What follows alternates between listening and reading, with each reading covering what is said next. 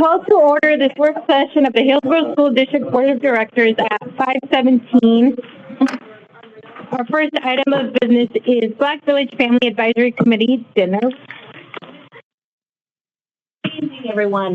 Thank you for having us here tonight. I'm going to do a little introduction on family engagement and parent advisory committees for the board and everyone here. And then we will quickly move to our guests who are here today to talk to you about the Black Village Family Advisory Committee. I know we have one more member potentially coming, but if not, one of our fathers is here too, so that he can also help support. Just to give everybody a little bit of background of the school board presentation, what we have gone over and explained to our parent advisory committees and those who lead our parent advisory committees is just a generalized discussion on the purpose of our board presentation, what the board wants to hear. And it's really to elevate the work and impact of advisory groups, to share system-led leading from our families and students with feedback, to demonstrate alignment to the district strategic plan, and to inform the board of any things that they may need to be hearing at this time or any concerns. Just so that we're all clear, what our board is going to and students are going to present is a part of their lived experience, and it's shared with our district representative who is assigned to the group. So that was what they have been informed about being here today. The number of meetings that they hold, the events, what's been successful, topics and areas of focus that have come up for them.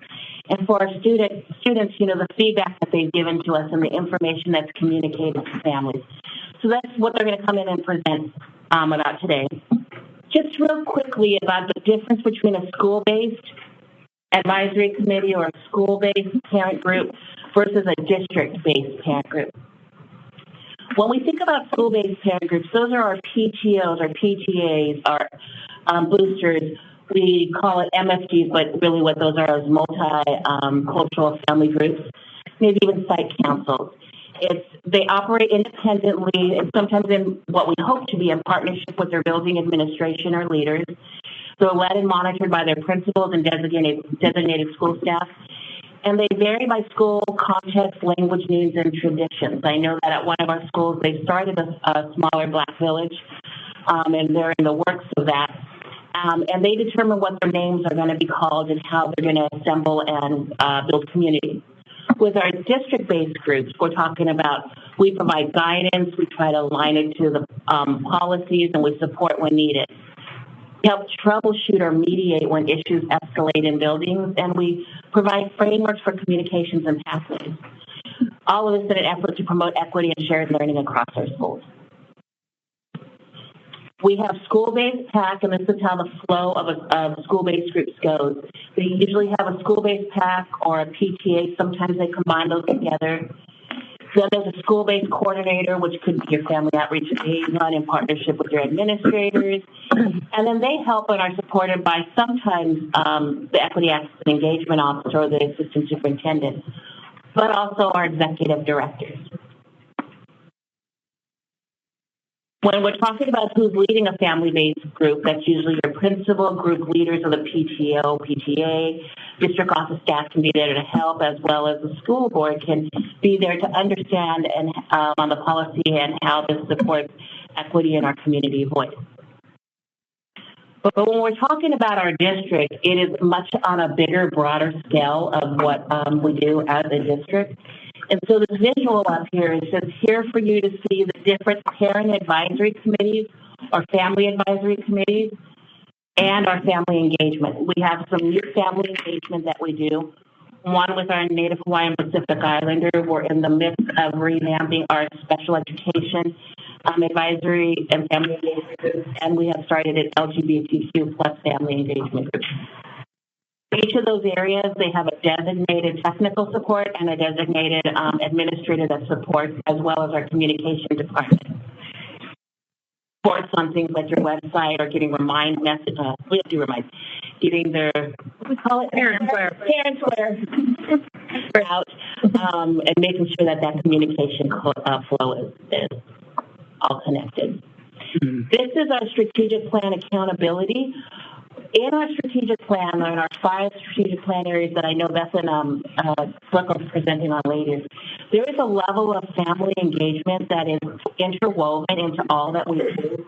So when we talk about family engagement and parent advisory committees, we have created a system or structure that we affectionately call the game board, where at certain points in the year we're asking targeted questions and we're providing a feedback loop of what we hear from our families and how that comes back to cabinet or executive leadership or administration, and then how it comes back around, because it's a cycle of hearing the information and then getting it back out. Our strategic plan, not only when we talk about things like extracurriculars, just about creating that safe and welcoming environment, and that's one of the areas that we talk about when we meet with our parent advisory committee. So I wanted to just give that brief overview. What you will hear tonight from our parent advisory committee, which Nancy is well aware of because she was one of our founders of it, is they're going to speak from their lived experience, but they're going to share with you the same things that we talked about earlier about how their meetings are going, what they're hearing from students, what they're hearing from families, and ideas and suggestions for all of you, knowing that you are the ones who are policymakers and evaluators of our superintendent and the programs that we do use. I first want to start off by introducing Jelana Canfield. Jelana Canfield is our education liaison, specifically working with our Black identifying students, but serves all of our students. Her background is having worked in our schools and has an educational background and has a deep connection to the Black Village, as she was one of the first members too. So I'm going to turn it over to her. Tonight we have not only Black Village members and parents, we also have some of our students from the VSU that Jelana works with. So you get to do all the introductions. Thank you, everyone, for the board and representatives having us here tonight. Again, we are the Black Village Family Advisory Committee. We are a PAC, which is a Parent Advisory Committee. When we started the PAC, we decided to go with family instead of parents because it truly takes a village for every child to go through the educational process.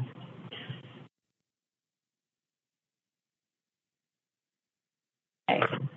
So our agenda is to share, we're going to introduce ourselves, go over how our meetings and events have been going for the school year so far, the 2025-26 school year, key focus areas on discussion and district strategic plan alignment, feedback from our families, feedback from our student and family communication, strategies and challenges, and how we like to continue our partnership with HSD in solving these challenges. And finally, our Black Village work plan and priorities moving forward.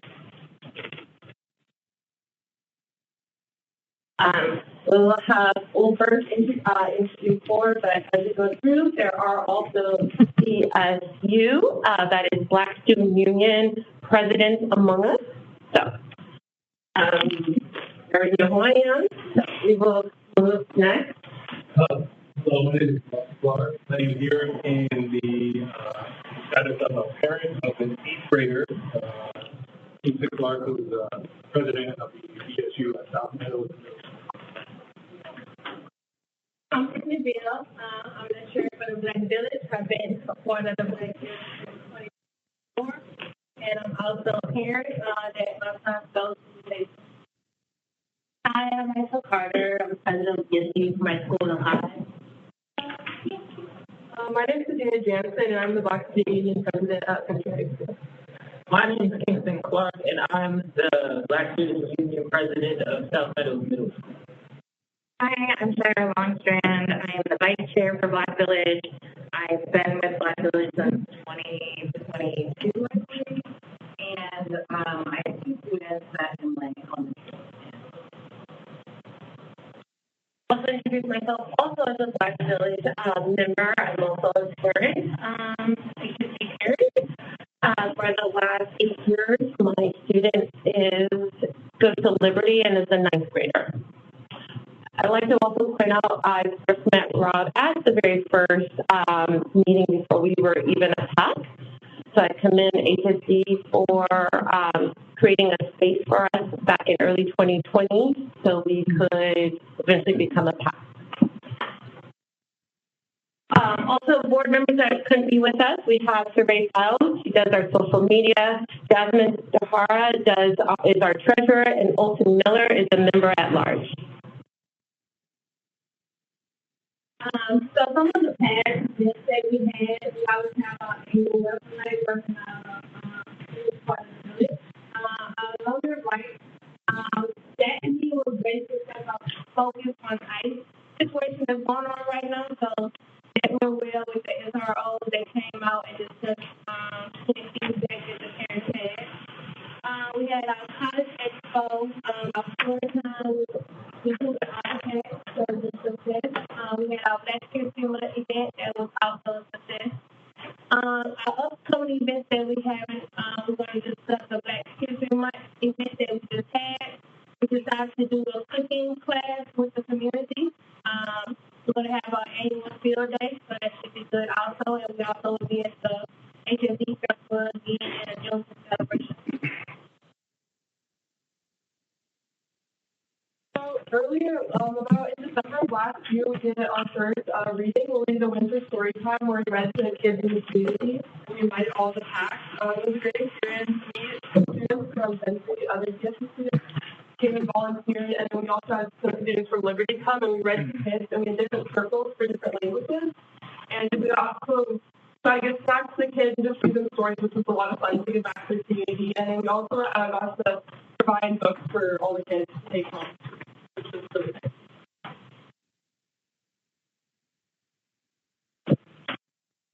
Key focus areas for our agency's strategic plan and alignment. First, where our focus is to reduce disciplinary discrepancies, referrals, suspensions, and expulsions. When the Black Village first started, there was a higher level Black identifying students receiving referrals, suspensions, and expulsions. Once we brought that to the board's attention, we did see Hillsboro School District take immediate action. And as of now, it has gone down since that those first early years when we started. So, agency was partnering with contributions from the Black Village, has easier bias reporting feedback loops. You now can go to the home page, and at the very bottom, immediately a student, a staff, or a parent can make a bias incident report. We have started the Not at My School district-wide PD, training everyone from admins, licensed staff, and what's really innovative is we've included our classified staff in the training. And then we also have another section that's for lessons for students from K through 12. And then also the Black Village and BSU partnerships. We've always wanted to do more support and mentoring with and elevating our BSU students. But in the last couple of years, we really have, agency has provided a platform for us to make these connections possible, whether it's making sure there's parents that can volunteer and go into the BSU meetings, support them, creating the winter story time where BSU students get to read and take leadership in those moments with younger students. So the other area of alignment is demographic representation and college level opportunities. I think one of the big things that's going back a little bit to BSU and Black Village partnership, one of the huge things is the hiring of a Black family liaison. And last year we had 2, which was amazing, and we could really be able to bridge that gap between the Black Village and BSU. We were able to keep the same one position and on it. She's been amazing, and we're so grateful for her. So thank you. Also, Black Village recruitment and support. I don't know if anybody here has any students, but we are getting robocalls out, we're getting parent square messages out. It's been in hot news. The message is getting out. So thank you so much for your support in helping us advertise and grow our group. Last year, we had some grant funding and were able to start a summer camp, and that, like, I think it was like 2 days that got full. Like, everybody wanted to participate. It was amazing. We had really good feedback from it. And then starting next year, Century is going to be having an AP Black History.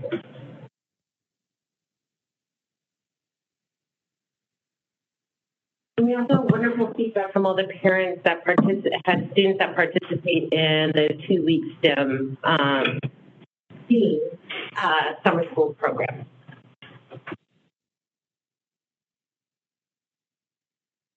So one of the things we've been really vying for is an all-pack college expo, kind of mirroring one of the events that got started a few years ago with Zylesia and our Black Family Liaison. We were able to take the students to the HBCU, the Historically Black College University Expo in Seattle.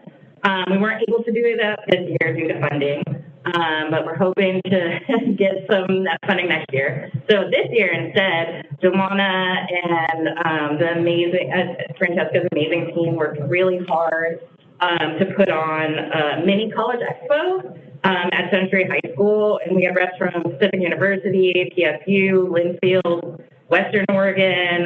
They had trades there as well, at Fed Lab. There's wellness supports. It was really amazing. There was childcare. We had food. We had Somali and Spanish interpreters. We invited all of the packs to come and participate. Yeah, it was a really amazing event, and we were so grateful that the team could pull it off. We like to encourage a couple all-pack events just so we know we're not in a silo. A lot of students that are from historically underserved communities, sometimes when you see you're not the only one and you can create bonding with each other. And that would be our Latino pack, our Native American Latin Native pack, and our family engagement group, the Native Hawaiian Pacific Islander. Which also we would include our Asian American students and also our newest family engagement group, our LGBTQ+. Some of the feedback that we got from family was a parent from the meeting said that they wish they had known about the night at my school. When their student came home, they were upset and they felt blindsided.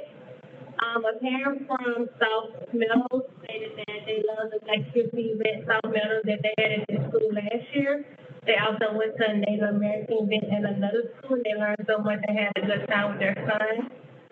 M-Lady parents stated that they love their school. Their principal goes out their way to make everyone feel welcome and heard, and they also love you little staff as well.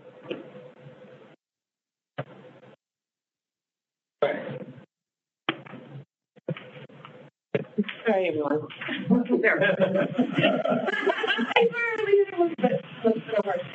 Okay, so these are some feedback from students, and all of these meetings are gathered at in-person CSU meetings or questions. So one student said that most days are okay. Don't know if all teachers will help, but some of my right friends ask how to be. I want to help other students that get beat. Another said our BSU advisor is an adult that I can believe. Now I know they will speak up if someone says something hurtful. Another person said that when non-Black students use the N-word, mostly white and Latino students, and we tell the teacher or the hearing, they don't do anything about it. When we tell them to stop and they're angry, I got it listening after 5 minutes. Most of us think the next person, I wish we could be out of my school and believe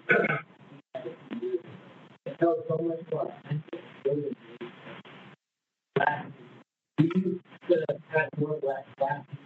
You could talk to as a group. This year, I feel.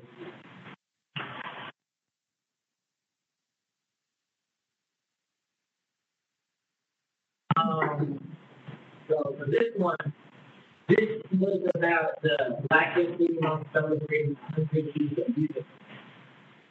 This event was really cool in my opinion.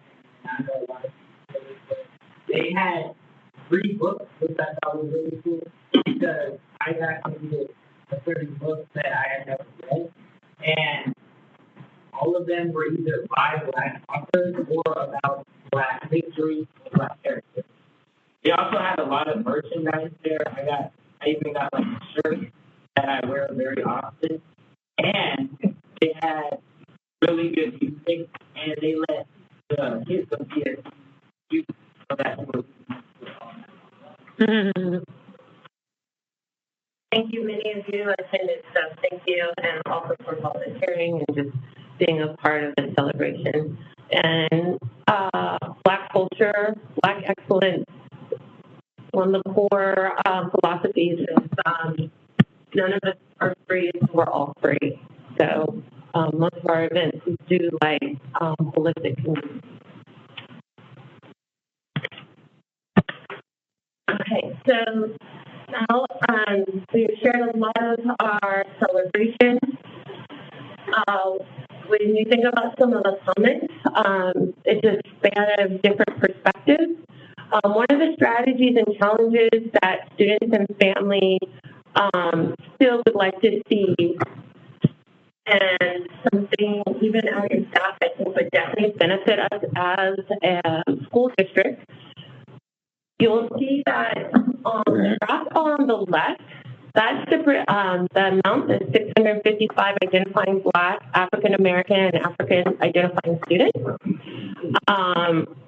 Is what the amount we use because the way our system counts our demographic is solely if a parent family member marks their student as Black, African American.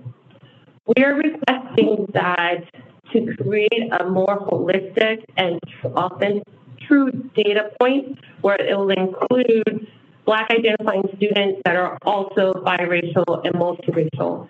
We do know it gets very difficult because then the same student can get counted multiple times. When it comes to a student count, we understand you can only use that student once. However, when it comes to demographics, we do feel like there should be a way, as long as it's noted that it's not a quantitative analysis, but a qualitative analysis, that you include multiracial and biracial Black identifying students. A big reason is, one, is representation. Those students should be counted as identifying as Black. It's part of their heritage, and more than likely, it's the core of their existence on a racial demographic level. 2, also is grant funding. This could really help our district get even more funding from different third-party entities, whether it's the state, private grants, other nonprofits that provide grants, private industry. So it really could be a complete beneficial to not only students, families feeling represented, but also as a school district for additional funding for our students and student programming. So on that number 1168, what she did was,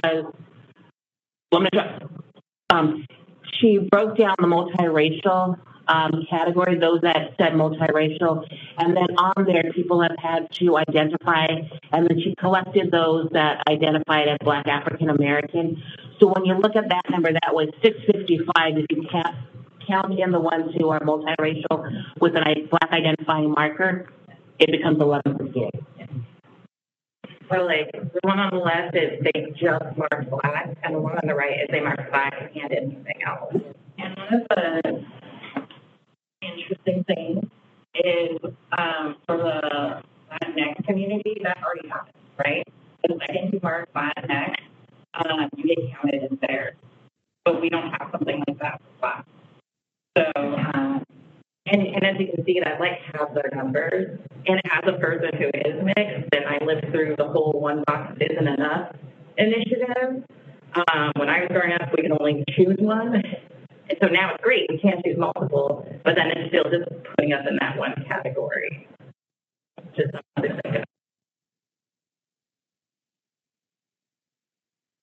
I did use, because it gets very complex when you include Hispanics. So I did have to keep both non-Hispanic. So unfortunately, we are probably also missing some students that identify as Hispanic, but also biracial with Black identifying and Latino identifying.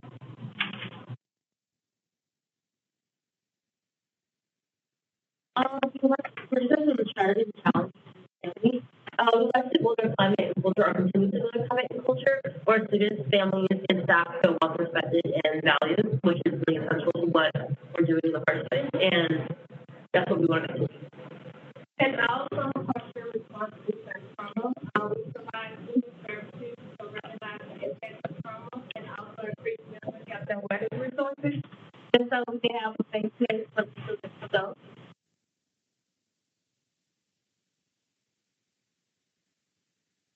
Strategies and challenges for staff representation. As of right now, I know such a sliver, the same with staffing. Right now, multicultural has its own separate category, but a lot of our Black identifying staff is also biracial, multiracial. Again, on a quantitative level, we're not asking to multiply one staff many times. That is identifies as multiracial. However, on the qualitative representation level, we are asking that to include our multiracial and biracial staff for representation. And I did a comparative analysis for both. So even if you just use Black identifying in whole staff to Black identifying whole students, our Black identifying staff is 1.1%, even though our staff, our students, sorry, it's 3.5. Thank you. And then if you take our multiracial Black identifying students and compare it to multiracial Black identifying staff, it still doesn't meet. It's 1.4% for staff and 6.2% for students. It's all leading to a desire to really get our Black identifying staff to at least hit the same ratio as our Black identifying students. I know the board is, you do amazing work supporting the district, and we also know you're not part of the hiring team. Our plan to initiate this is working more closely with HR and reaching out to them. I do want to acknowledge that Hannah has really worked hard getting a brilliant conversation, which is a nonprofit that helps retain Black and Latino staff. But of course, funding was an issue this year. But I do want to acknowledge that it is on EAE's radar and HR. But we'd love to keep meeting with HR to see how we can increase these numbers without minimizing inequality, of course, for our staff. I think one of like key things to also kind of highlight there is, especially going back to like the student quote. I mean, we have at least one high school that doesn't have any Black student-facing positions. So, students don't really see, they don't feel represented in the staff, and they can't see it. Oh, this was field day. Last year, I think it was 4 years ago, right? It was really fun. It was just a field day. There was kickball, games, and the parents won. Okay. Like a couple points. Yeah, it was really fun. I felt like that was one of my most favorite days for me. part of Black Village. I brought a bunch of friends and Black kids, and we all were just having a fun time. I think I lost my voice, to be honest, too, yelling, but it was really, really fun. I felt really good. But we're going to make this our last meeting of the year now every year because it was such a big hit that we're just going to keep it going. What I loved is so much HSD staff also supported, like at least 50% of the liaisons were there. Our team was there, so it was a lot of fun, just a lot of fun. Yes. McKinney-Vento, this is how McKinney-Vento team tends to volunteer at and support us at almost every event. This is John. Not my school. We appreciate the district for taking our concerns seriously and continuing to include us in this process. This is a strong step in the right direction, and we do look for the following: some licensed and classified non-Black identified staff connecting why it's important to interrupt the recurrence of harmful bias incidents and continuous non-Black school for various underserved communities that are not feeling safe or sense of belonging. We'll also recognize and value the cultural wealth Black identified students bring to family outreach and other public-facing roles. Acknowledge the importance of shared cultural understanding as well as similar language, and Black staff are often relied upon to avoid cultural missteps, model inclusiveness and authenticity, and support students and families in feeling safe, welcomed, and seen. And also, like, this is not even just for staff too, as well as both staff and students supporting each other. With more things like we could do a revamp video perhaps with Sun at My School when it comes to all Black community groups, just more of a community coming together to more enunciate the importance of Black excellence and how that is important to how we strive and live every single day, which would be very, very, well, I think it would be really, really fun to do. It's really important to spread that word instead of the negativity of the word in general, just the positivity of what Black people bring as a whole. And I wanted to add to what she said, but yeah, we had a lot of students from Century wanted to. I talked to our BSU about that video, and we do really appreciate you guys getting our voices heard. We'd also like to maybe collaborate with all the Black student unions across the school district to work on making a new video with more Black students in the video, because I think a lot of the kids, and I talked to our Black student union, they would have appreciated to have like a lot more Black people trying to explain like why that word hurts us.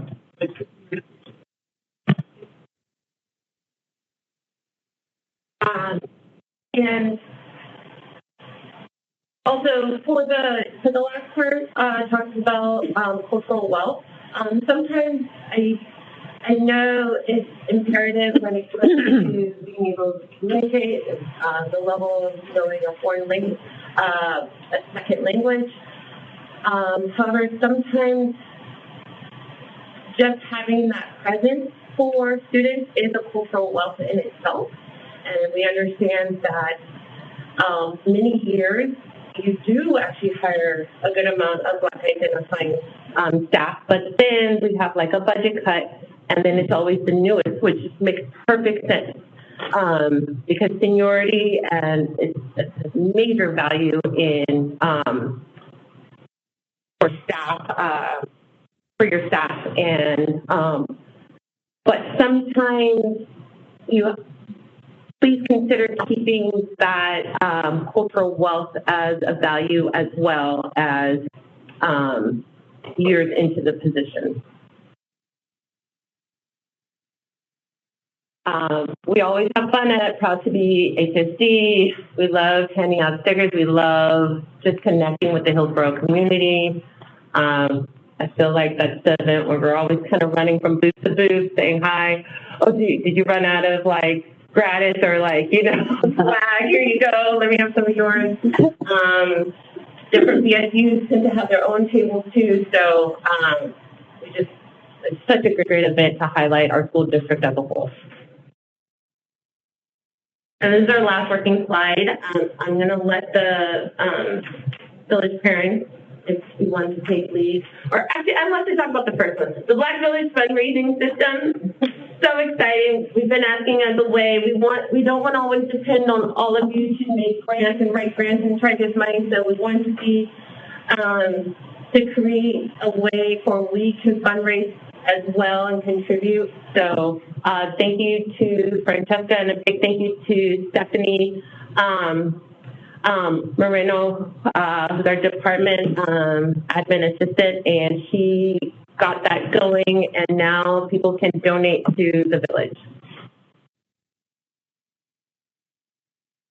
Like we said, we really appreciate all the village marketing improvements that have been made, and we're hoping to just strengthen them and have them go further.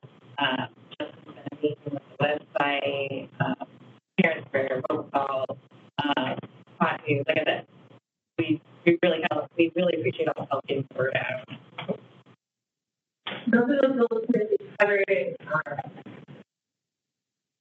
This is our 13th. Always a fun event. I love that agency really comes out.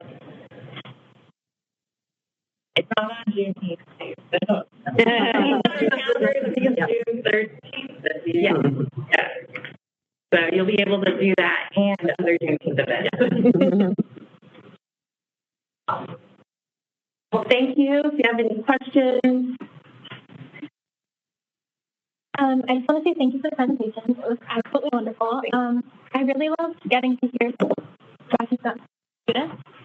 I know you guys talked about it a little, but I wanted to ask you guys, like the students. Oh, sorry. I was saying, presentation was wonderful. I really loved getting to hear some feedback from students. If you guys had any ideas of how we can improve? I know you had some ideas of the videos, but I wanted to know better.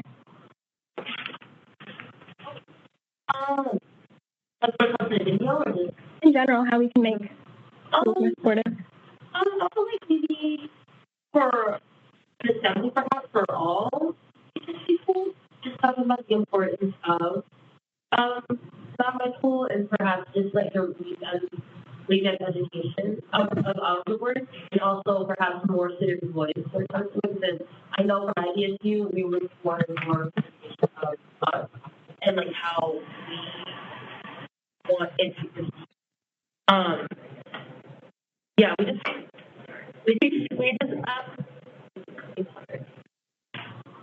yeah, I think just more representation, more civic voice, because at the end of the day, kids will kind of hear just stuff. I think for the AP African History class that they just added at 10th century, so I'm very excited about that. I won't be here because I'm a senior. But I think doing that to other schools, I know it's not as easy as just saying like to add that to each of the schools, but I think adding like to learn about African American history, because I've talked to a lot of my peers and I don't think they're like as well educated on it, and I think it's something really important that high schoolers should learn more about. Yeah, I think that I know it's really hard to balance out how staff work, but having more Black staff at our school would really be, I think, one of the biggest. Thank you. I know we're probably over. One additional is also more contributions, and we will definitely help with that in seeing how Black and African American leaders have helped other communities. I noticed it's usually like, oh, Dr. Martin Luther King did the civil rights, and it was bringing like, you know, more equity to Black Americans. Well, under that was the Immigration Act. And I'd love for families that have recently moved here know that it was a Black leader that also wanted to make sure there was a safe pathway to coming to the U.S. Because before the Immigration Act, it was very unsafe, and a lot of what we're seeing today is not, unfortunately, new. And different contributions we've done to our whole community as humans.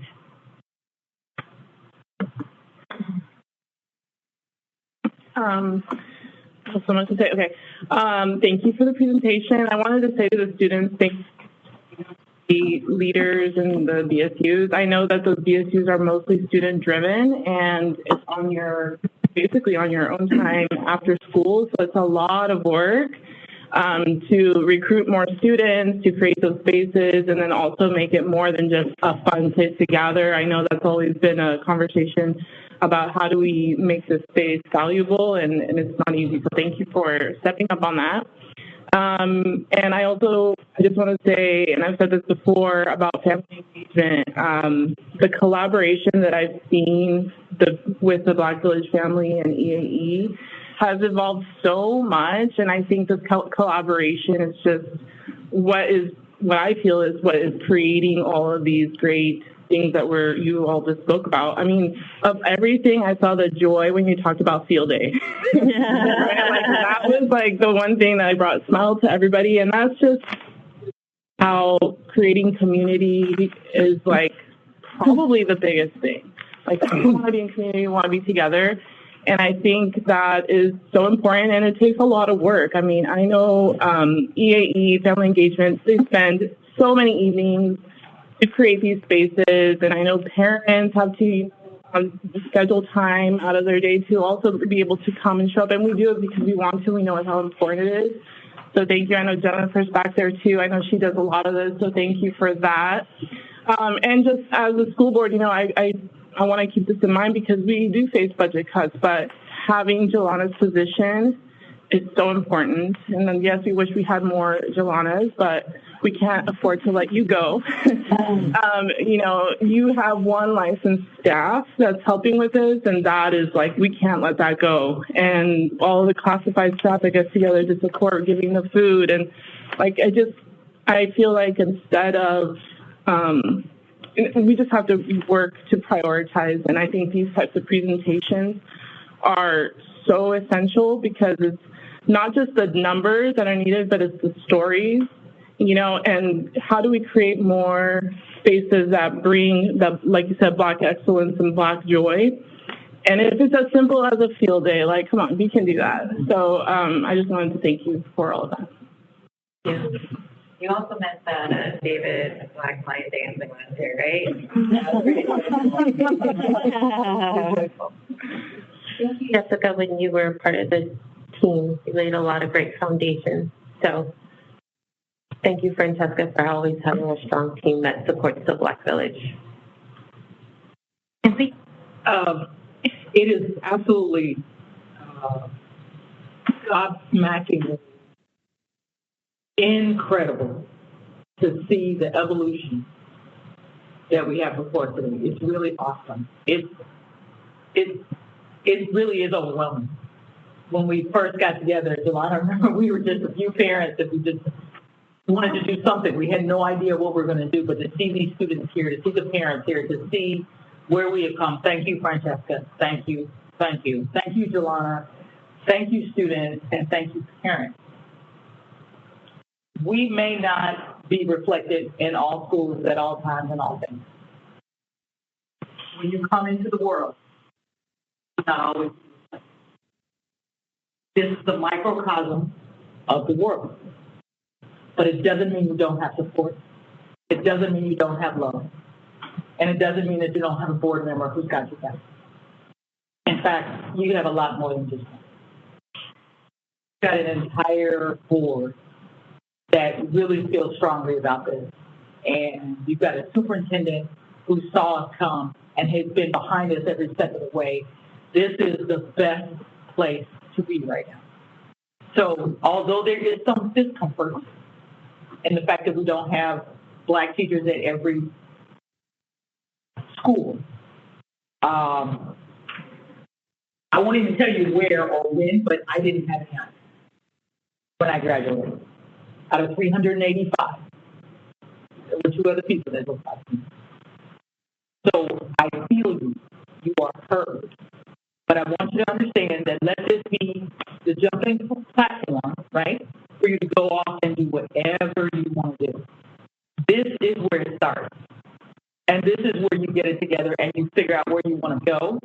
And that's for parents, that's for kids, because the parents are not done. That's the other thing that you guys have to remember. Your parents are not done learning. They're not done evolving either. And so are you. And so I wish you guys the best. It's overwhelming, and I'm thrilled to death to see the evolution of where we've come just thank you to everyone.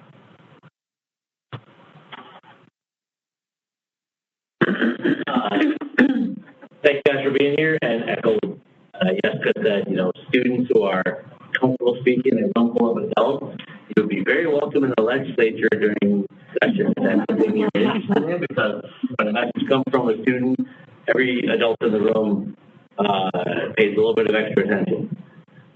Question I sort of had is, this is the first time I'm sort of surprised this is the first time I've heard of it. It's a multi-PAC kind of event, like PACs working together. Are we doing this is amazing, Francesca. I love the idea of this. Are we doing, do you feel like we're doing enough to help support this inter-PAC development? And is there anything else we should be thinking about doing to sort of help PACs work together? More money. That's what we're talking about in the legislative part. That was actually born out of this group. This is the group that brought it together about having all PACs. They pushed last year for wanting other PACs to come in. And I think a lot of work with our family engagement team has started to bridge that avenue. But we have not yet had one technically, but we started about 2-3 years ago doing PAC leadership, where all the leaders of the PAC come together on a quarterly basis and we have a meeting with them. Just had one last week. And so I think that started getting everybody talking about why can't we do some stuff together? And so it was this group right here that said, we want to invite them all in. And really, it was really strong at the immigration at Century when we talked about immigration. They really wanted to be able to be there for our Latino, Latinx families who were suffering at that time and struggling, and what could we do and could we partner? So more to come, Mark, when the first event, I have a feeling they will be on our heels to make this happen. Rightly so. We're going to talk with the Pacific Islander. Native one Pacific Islander. We want to do it, right? Yeah.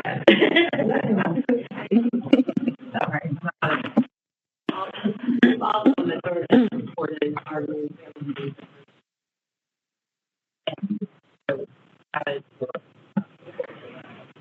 Yeah, and I can't speak today. But when we were in our industry, Latino PAC, like showing up and kind of taught us the ways, and Native American PAC as well. It's been, and through your office facilitating all these random parents trying to get together and interpreters and stuff. But there haven't really been official events other than us inviting everyone to our event. But there's definitely been a sense of community through your office. I just want to add how important that is as a Latina, because one of the biggest things that has been talked about is anti-Blackness in the Latino community and the use of the N-word. And I know so many of us and families want to learn more, and it's hard to do it from slides. And, you can go and look at videos and you can sort of learn, but it's not the same as hearing it from students, for example, your experience and how that shapes your school experience. And so I think, I hope that we can continue to offer those cases together and be in community first and then have those hard conversations next.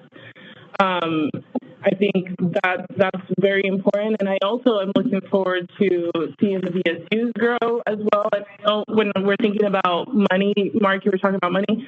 I know another piece that is needed is for our BSU advisors.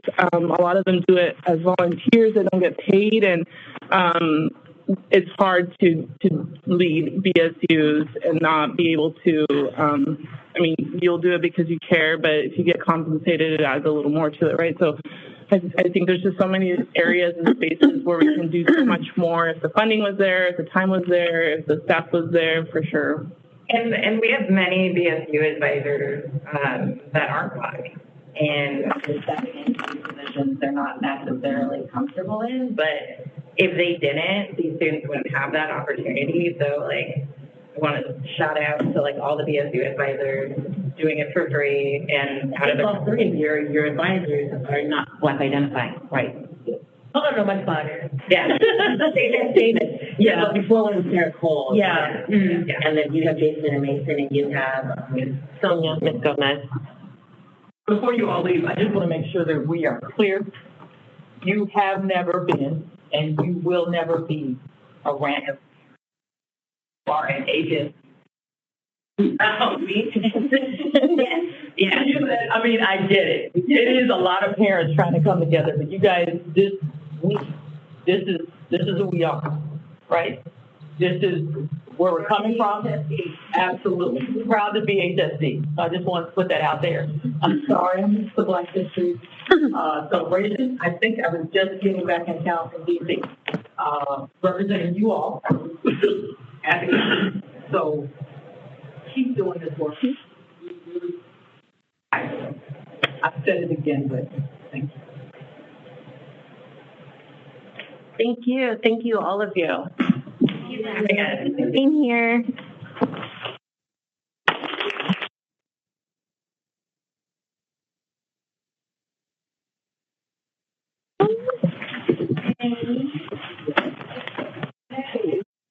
Is the budget development with Scott and you. Oh, thank you.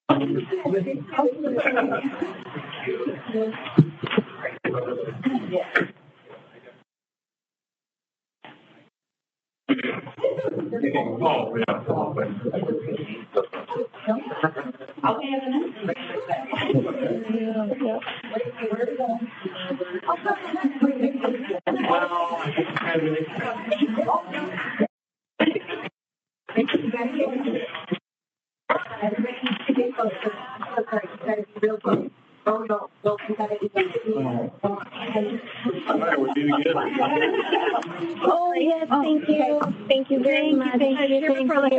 My Izzy the face still nice. Oh, I remember when that was a place. My Hillsboro still. Why did I really that place? Oh my gosh. It's something, but It wasn't the one with the big tomato? Is that or was it the corner right by 24-hour fitness? Yeah. Now it's in a medical center, like a clinic or something. Oh gosh, how fun! Memories.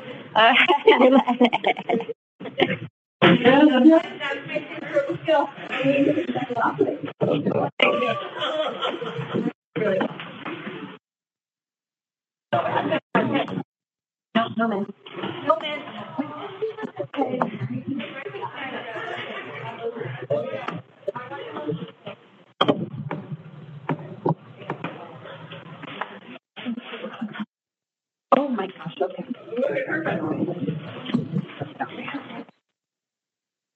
Do I need to push anything for you?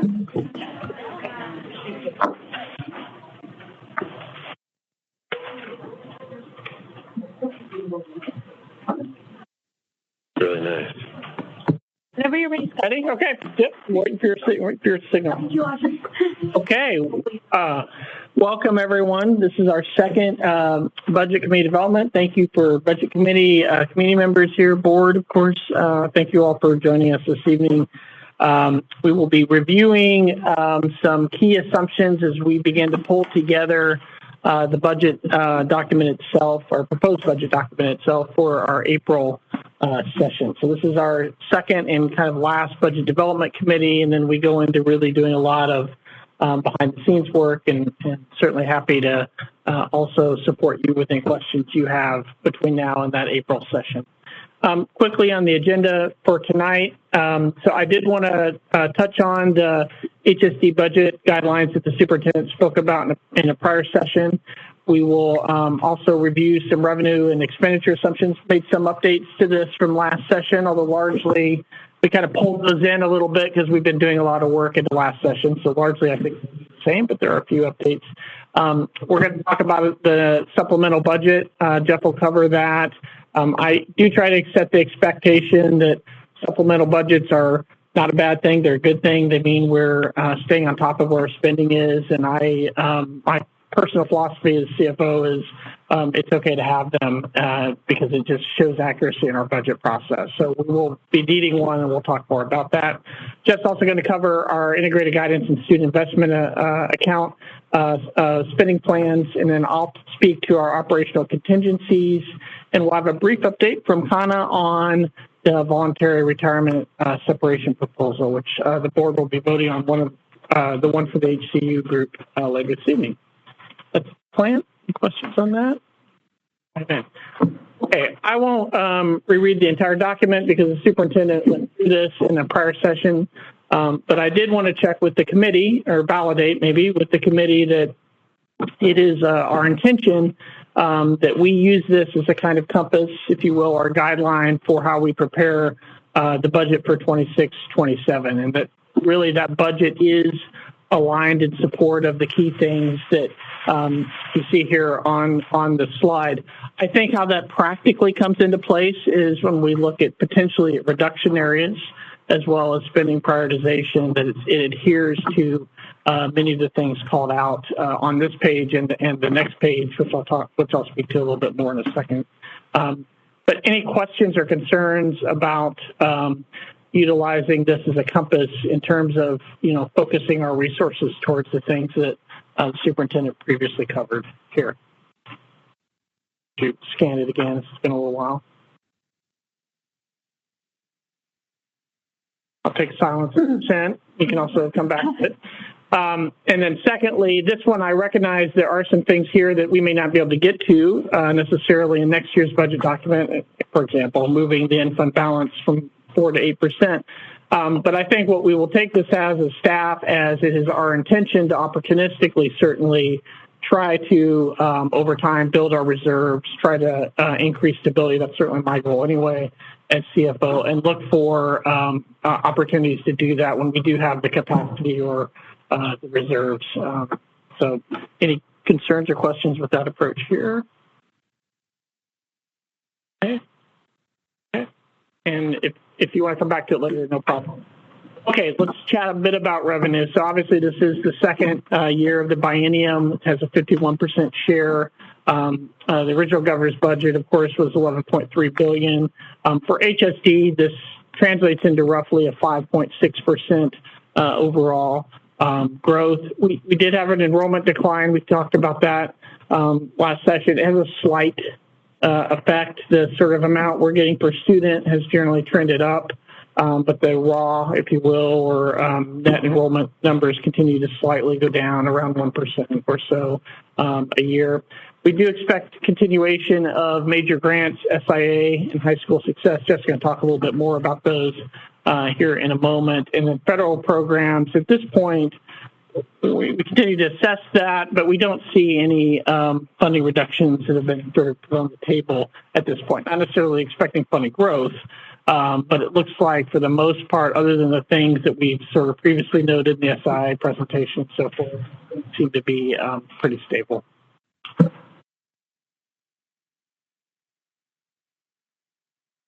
Expenditures is a little more complicated coming for the coming year, as I talked about last time. So we have factored in our general salary increases that directly come out of our bargaining agreements. That's roughly 4.25% for licensed administrative and supervisory technical staff, 5% adjustment for classified, and then on average blended about a 3% step. Again, this is in our general fund, which is where we have most of the budgetary challenges. This is roughly 82% of our spending. Benefits costs equal about 52% of salary expenditure. Health and other benefits went up modestly, but because of the OLEB cap, those are pretty predictable on the rates there. The bigger increase, of course, is the ongoing PERS increases that we're seeing. I will tell you that I did some PERS analysis this morning.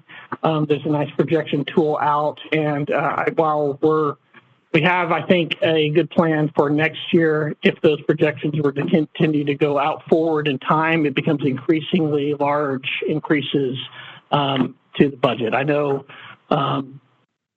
you all are aware of that. I've advocacy and discussions going on both within Salem as well as groups like OASBO and so forth. But it is a real concern. I probably will come back to you and talk in the future about another PERS bond side account as ours will be expiring. But again, these tend to be not for the immediate next year, so I'm not going to put them in this presentation, just a preview of you that this is certainly one of my financial worry beads in the sort of intermediate term that I think about a lot at night. So we'll continue to keep on top of it. I have a question about that. Sure, Robert. 52%. Yeah. I understand a lot of the PERS. How does that compare to other districts in the greater Portland metro area? I can't say if I've done recently a comparison. Do you know off the top of your head? I don't. I know ours aren't really comparable with Beaverton because they're self-insured. Self-insured, so that's going to be different. Them and like Portland Public are self-insured. We're the largest ones that go through like the web. So it's not really comparison to those. Fair enough. Thank you. We could do some analysis and look at Forest Grove or some others that don't self-insure that are a little smaller. Just so the committee knows, we do periodically look at self-insurance. We tend to be a little bit on the cusp. We're not quite large enough to, we think, make it financially feasible, but it is something that is an ongoing topic we look at every couple of years. Anyway, I suspect, Robert, that it's in line from what I've heard, but we could get you some real numbers. Yeah, no problem. Another big impact could be whether or not they have side accounts. Side accounts on as their well. PERS. That'll impact the percentages and everything too. Yeah. But we can look at some. Yep. I don't think, though, like our OWEB costs, those should be very consistent, right? And that's, if outside of PERS, that's going to be the bulk of that number. That's why I'm confident it's probably in line, but we could certainly get that data. We're assuming a 4% increase for non-staffing costs. If you remember last year, some of you that were on the committee that year, I just bumped that up a little bit from the historical of 3% because I felt that was somewhat under weighting the actual costs that we were seeing. So that turned out to be pretty well, as last year's budget looks highly accurate. So we're going to keep that consideration for the coming year. Liability, the latest greatest information we have is about a 14% increase. I've had that number validated a couple other places. It could swing 1% or 2%, but I mean, that should be certainly very close to where we think the actual number will be. And again, as I explained last time, that's largely driven by liability and sexual abuse and misconduct claimants in the larger pool, not necessarily Hillsboro, but we're part of a shared PACE pool, and that tends, when you have other large claims in other districts, of course, that affects all of us because we're in the same insurance pool. That was the question I was going to ask. Was that for the pool? Yeah.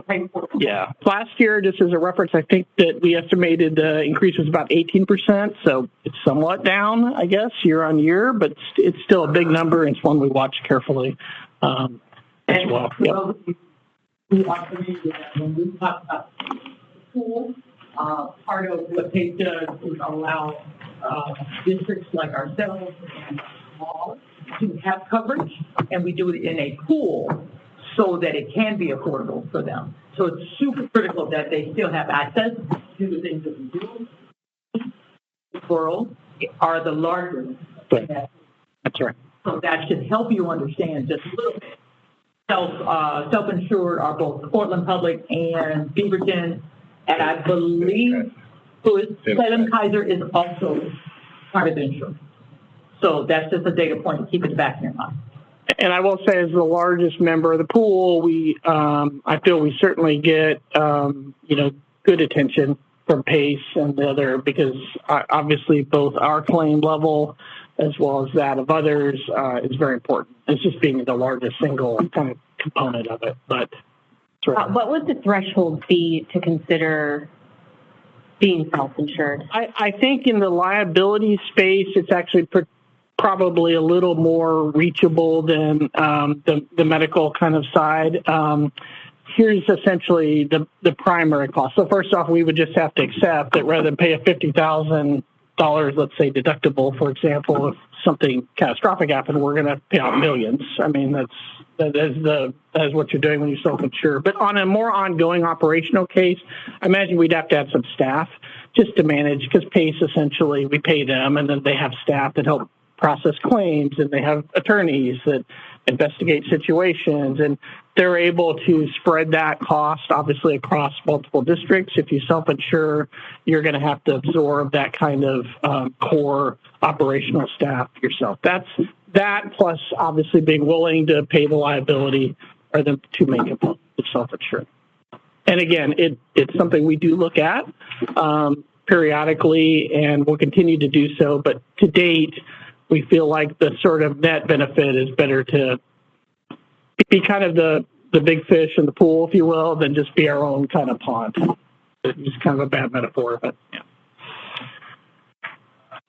For now, we're going to hold to the 4% general reserve. However, per the superintendent's guidelines that I spoke about earlier, if we have opportunities, we will try to make progress towards that 8%, probably not using, just ongoing funds, but look for opportunities like a property sale or something like that, where there's an opportunity to potentially build up reserves. And we would bring that back, obviously, to the board for review for that.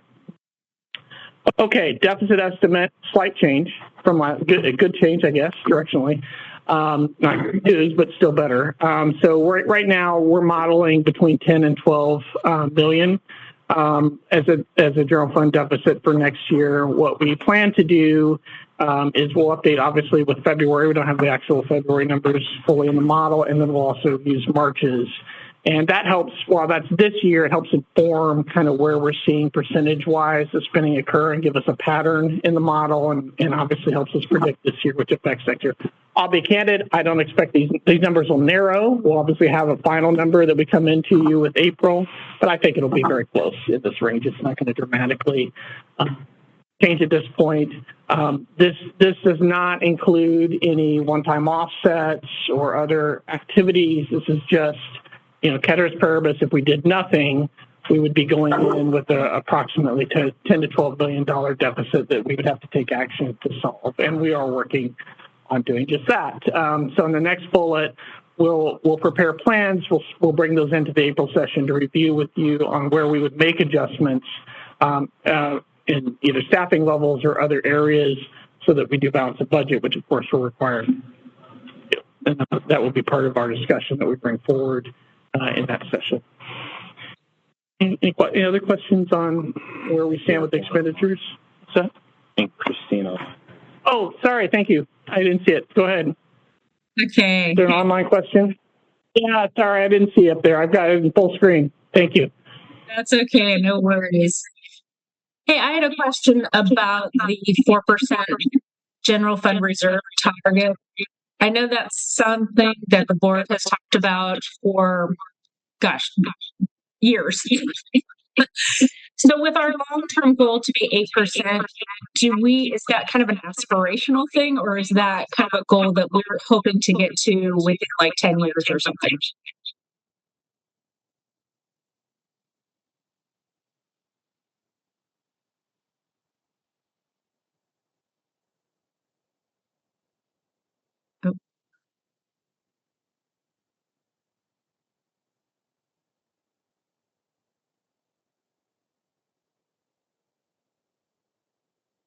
I think my audio must have problems.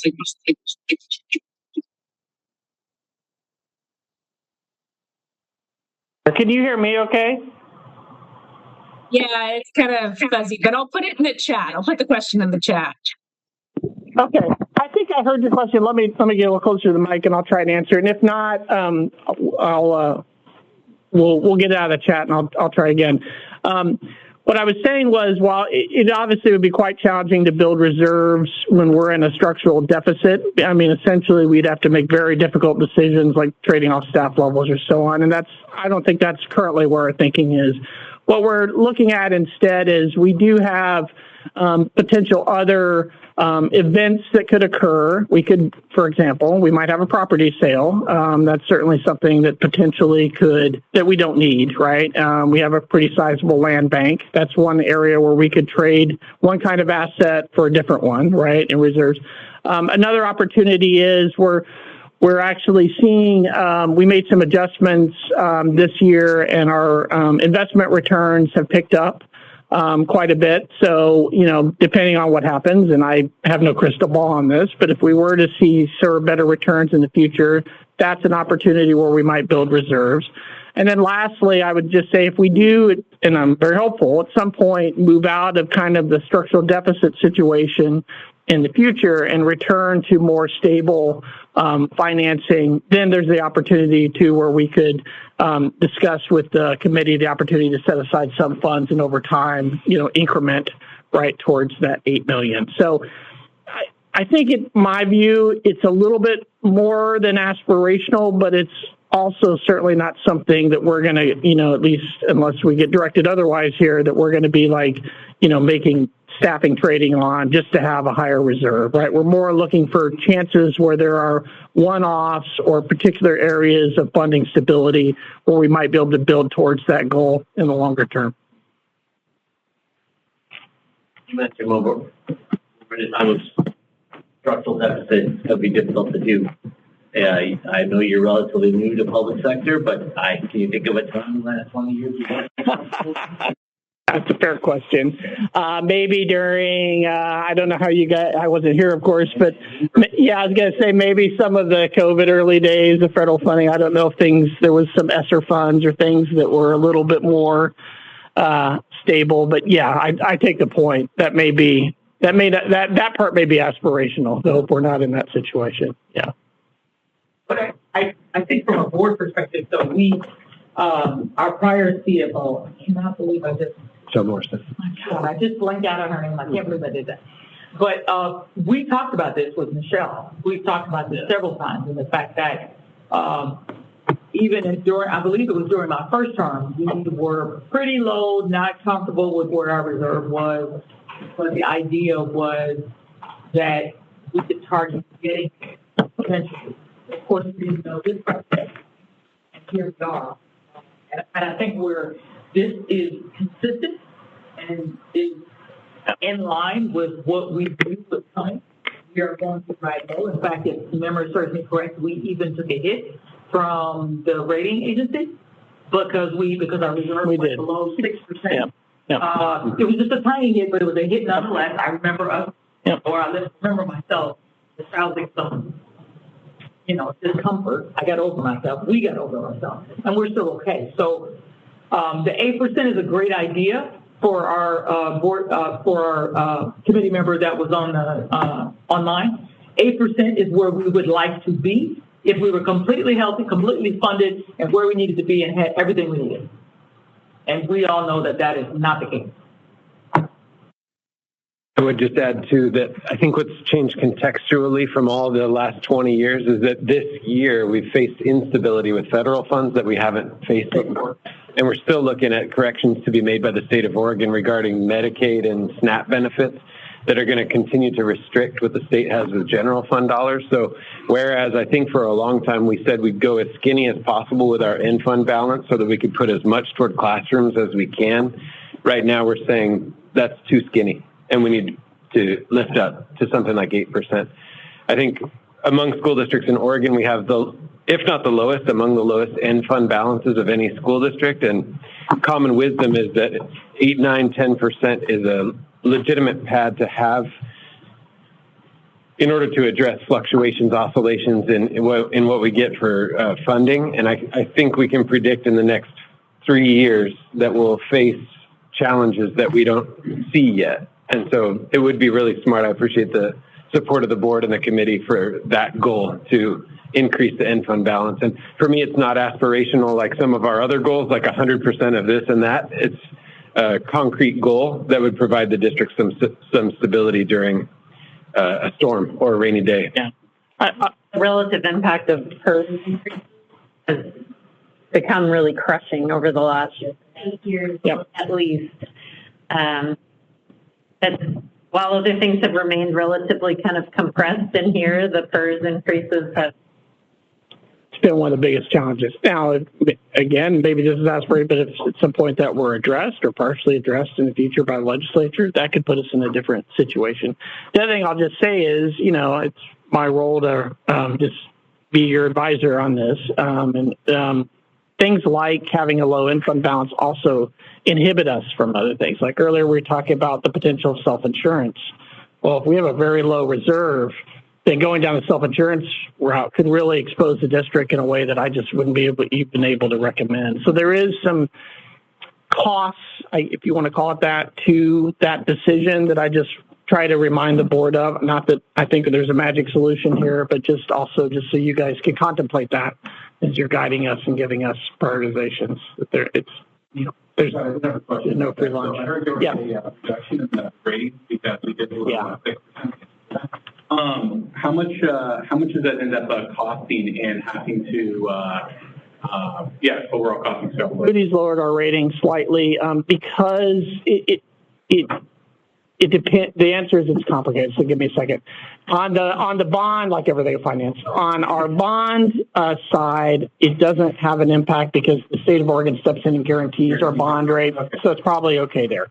Where it could have an impact, potentially if we go out for a side account for PERS or in other areas in the future where we don't necessarily have the state threshold, potentially we could be, this rate because we're being quite as worthy. So, example.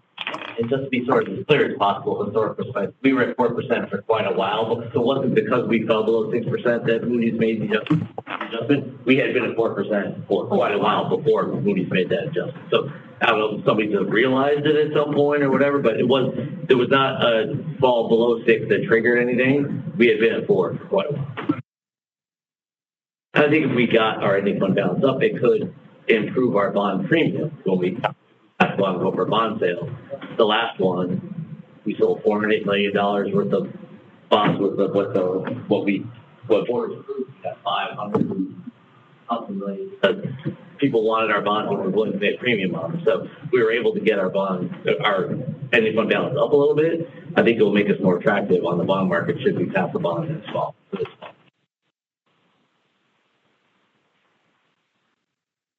Anything else on expense? Okay.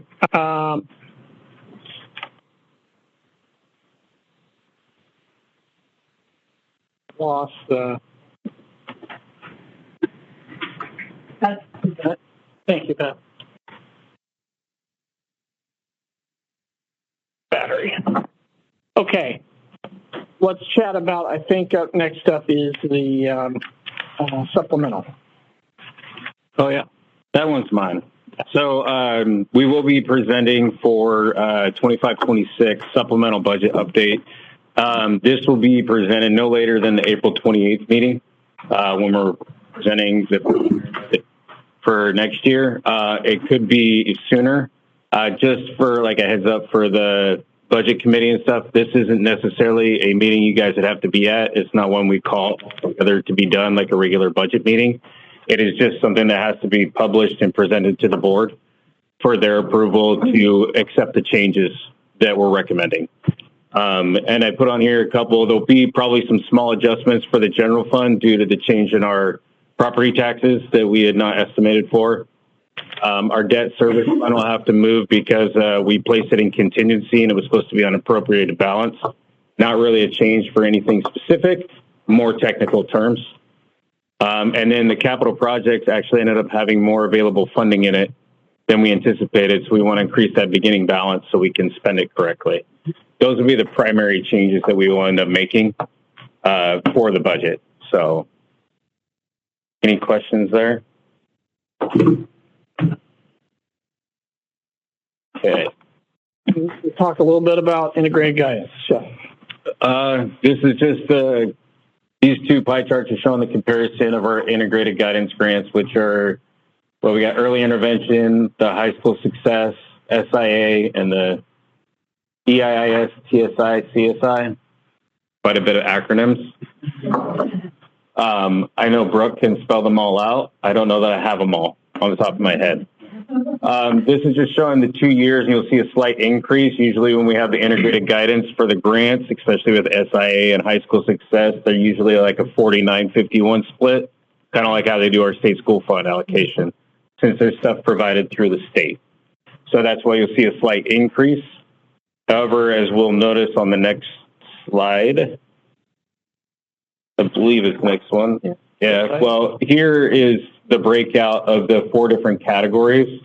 What you'll end up noting is that each year, things like student health might look like it's a little bit bigger piece of the pie, but because a lot of our costs are related to people, those prices start, like the costs start to go up for those areas. So we're not really breaking the percentages differently.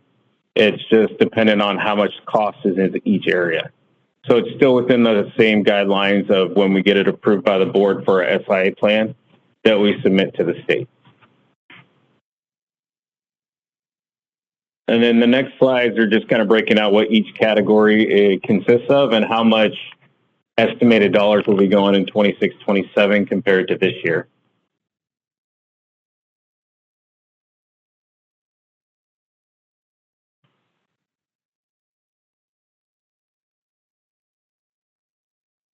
You can let me know if you have any questions on those, if you get a chance to look over them or you want to send any questions, and we will get back to you with those as well. I didn't want to read through each of the numbers, so. Yeah, Brooke and I presented this a couple times on the board. Yeah. Beth and Brooke also. These are just more of the dollar amounts for you to see on the presentation. So. We appreciate knowing that we can only hope and pray that legislative bodies do their work and take first. It is a significant burden on all of us, but unfortunately in the short session, not that I'm aware of. Have insights I don't, but I'm trying to keep an eye on what seems likely to come out, and I haven't. I will say, like I said, there is discussion about side accounts. The interest rate environment isn't great for that at the moment, but that could change. And we're in conversations about that next year. And in the meantime, I think we have good forecasting of our purchase costs, so at least there shouldn't be surprises, even though the news isn't great. Based on the first presentations I've been to at conferences, it's anticipated to go up in this year. So the 27-29 biennium will likely be increasing over what we're already increased over the last 4 years. So, well, the increases we've had over the last few years, the rate is going up. Have increased. We used to be at 13%. Now we're at like 27. Yeah. And so it's like doubled in a few years, while with smaller increments before that. This isn't just a school thing. No. Every agency, every body is killing ODHS, right? Quite frankly. I will say that our state school fund, Jeff and I have estimated this in the model. So it's already started. That's okay. Because we had higher local taxes, we've adjusted that. That'll continue to adjust. That's accounted for in our modeling. So net, it's all wash. We kind of end up in the same place we would have, but proportionally, our state school fund payments have come down a little bit because our local taxes are up. And we'll continue to watch for anything else that comes out of the short session that looks like it has a budgetary impact. At the moment, I'm not seeing anything, but again, I know there's a lot of folks here very active in some of those discussions, so let us know also if you think there's something we should anticipate. We're also, of course, watching federal and grant program changes that may come in for the next year. And then last but definitely not least on this slide, we do want to, and this definitely could have a budgetary impact, we want to talk a little bit about the voluntary retirement separation offering, and Connor's going to take us through that. Yeah. And before you guys can ask, oh, sorry. Yeah, sorry. Yes, you guys. Yep. But we're on the same. Sure. On the 3-4 SA investment side, it said limited student support LSS classified subs. Yeah. That's not ESS. They're not. No. ESS is the sub service that we utilize, but through there we'll get limited student support.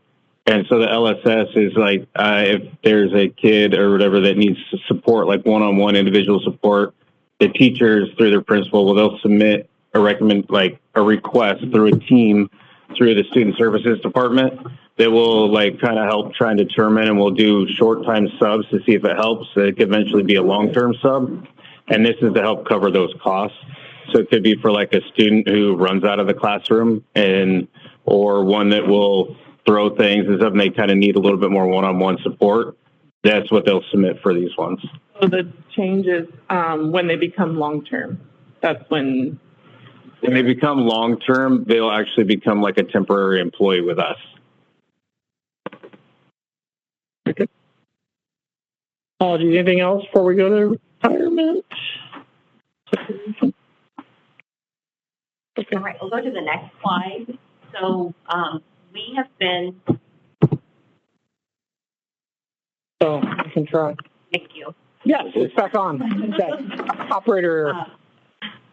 Yep. We've been in negotiations with both our classified and licensed union partners, and we have brought forward an idea that was before I was in HR, a lot of us were part of the team in this work, looking at how we could create another means to have savings within our budget. And so we've been in negotiations, and we actually tentatively agreed with our classified union partners, and they ratified yesterday and today. And we just got notice that we'll be forward that vote for the board to approve their memorandum of agreement for this retirement separation incentive. And so we have targeted, just in looking at our information, there's about 300 plus staff that would be eligible for this Step 9 qualification, and also 5-year consecutive years classified staff in our district. So those that are less than 12 months would receive a $8,500 one-time payout. And if you are a 12-month employee, you would get a $10,000 amount payout, or have the option to have a district contribution for insurance. And so that is kind of the parameters of that qualification. We also have it capped at a certain number, so we've capped 20 employees at 10 for each of the 2 categories, with an additional discretion for the district to look at an additional 10 staff. And also, they cannot be hired for 5 years, so this would be thinking about ongoing savings that we would be able to utilize for this incentive. So that's for our classified staff. And you'll see on the licensed staff, there's a lot less information there, but I can say today that we are in tentative agreement. We just reached that just before the board meeting. So we are in a process of having them go to their ratification and vote next week, and then we would bring the board back for a short meeting. And so that category and qualifications, 10 years of consecutive license service at the end of the 25-26 school year. And then staff are at the column 4, 5, and 6, step O, which would be at the highest rate of pay in that category. Additionally, with step N for column 6, would receive a one-time lump taxable payment for $23,000, or a payment towards their health insurance that would go through September 30th, 2027. The health insurance contributions are approximately comparable to the cash. They're very close, just so folks know that. Yeah. And we also want to say that this is something that other districts are looking at as a means to help their own budget decisions that they're having to make within the district. So this isn't something that Hillsboro School District is just doing on their own. And for our licensed staff, we have capped the first 60 licensed eligible employees, and then the district also has a discretion for 10 additional staff. And then they would be eligible to be rehired for 3 years. Then another category is our administrative and super technical staff, and we align those parameters from our licensed arrangements. You want to add anything to that?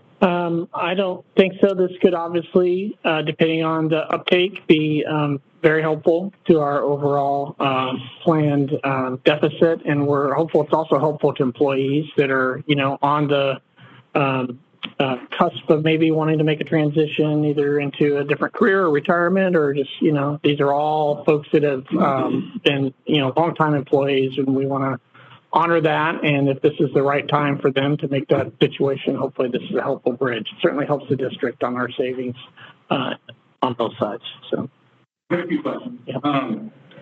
Let's just talk about the license. I guess some questions about the license. At 60. How many? A few things. How many people would you expect maybe to take this, and why is it capped at 60? If there's 300 potential eligible. That's 300 for classified, and we have about 400 for licensed, so there's a different number. And so one of the reasons is that we had a conversation with our union partners that we also don't want to lose our most senior staff and have all of that number go up. Kind of made an agreement that we wanted to get a percentage of the number of staff for each of the categories. FYI, there's expertise in our staff that have been around, and so to lose a large portion of them, that would be a challenge, especially in areas where we have things like AP trained teachers or IB. So it's kind of trying to be mindful of offering and then having that balance. It scares me to lose some of our amazing humans. Yeah, I think it's just a balance. Not that everybody doesn't get this, but a balance of if we can have more tenured people take this offer, whether it be 60, 40, 100, whatever that number is, that might have a lesser impact on the overall number of roles hired, because I've never worked for a union or a school district, but I'm assuming newer teachers get paid less than more tenured or experienced teachers. So.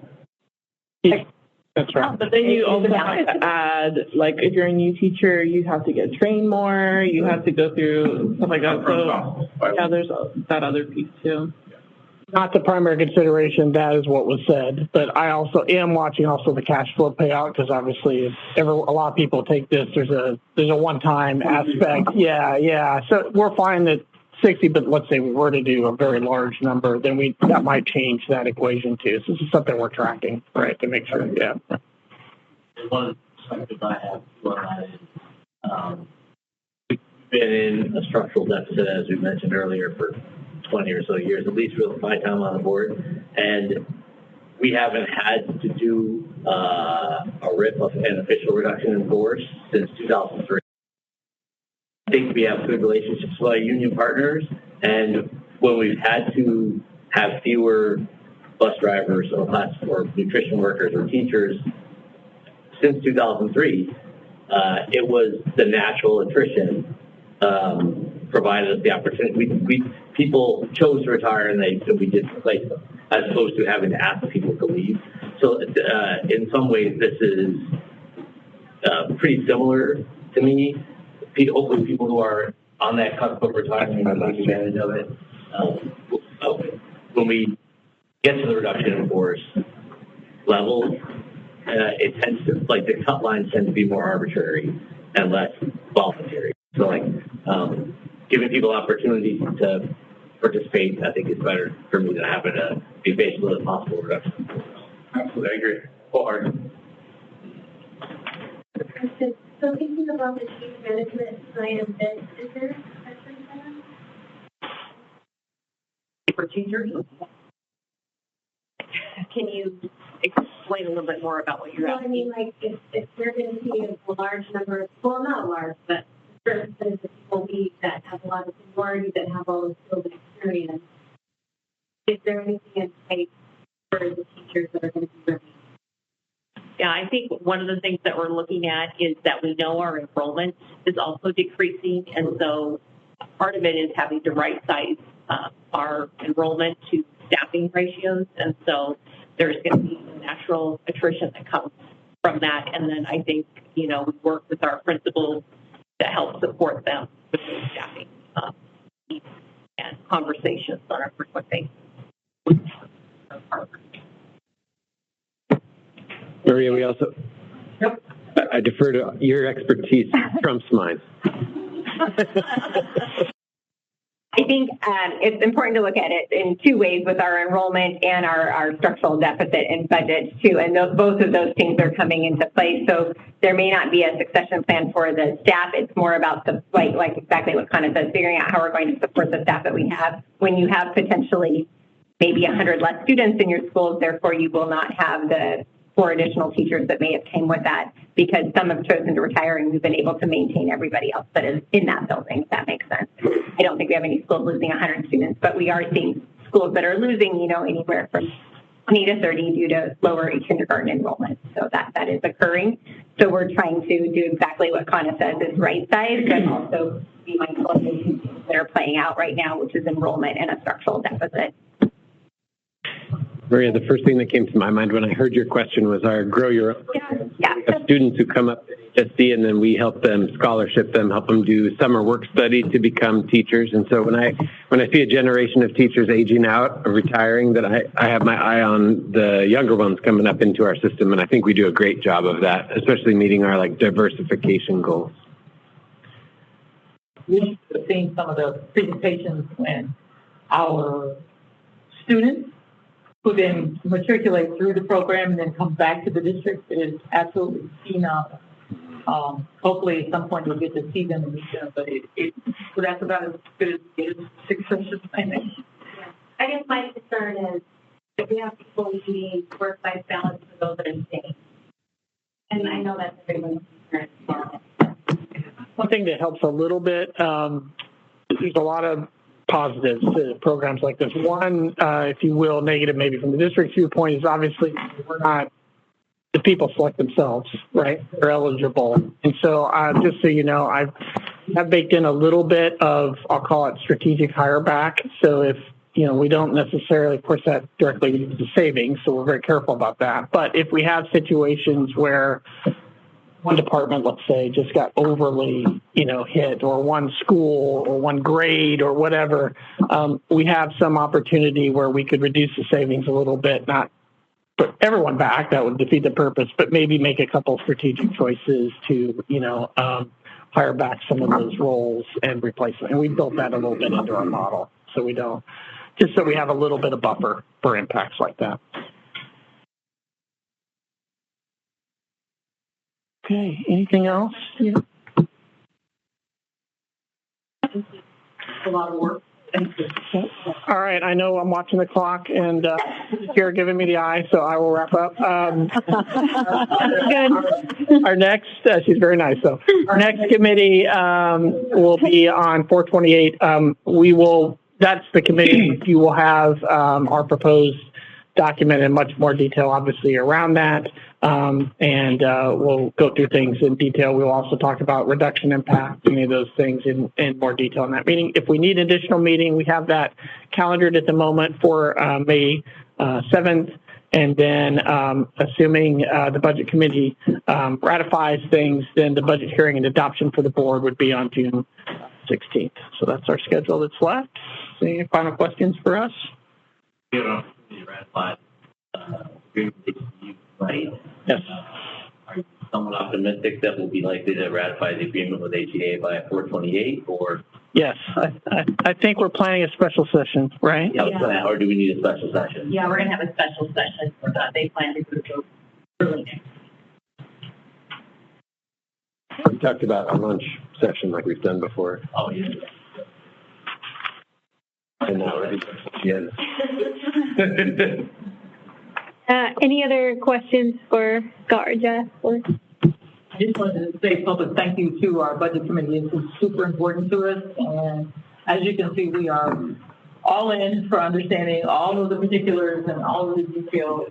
And it's nice to have a group of parents and community members who care about our schools. And so thank you. Thank you, Scott and Jeff, and thank you, community members. And I will recess this meeting at 6:55 and resume the regular session. Now, the Hillsboro School District 1J Board of Directors regular session is now in order. We will begin like we always do with a flag salute, and the flag is in the corner right behind you. I pledge allegiance to the flag of the United States of America and to the republic for which it stands, one nation, under God, indivisible, with liberty and justice for all.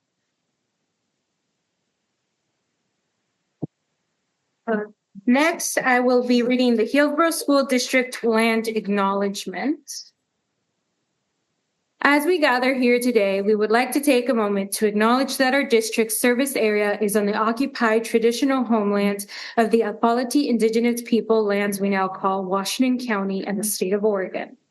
We honor the Indigenous people whose traditional and ancestral homelands we stand on the Tualatin, Kalapuya, Willamette, Clackamas, Tumwater, Malala, Bands of the Chinook, and many other Indigenous nations of the Columbia River.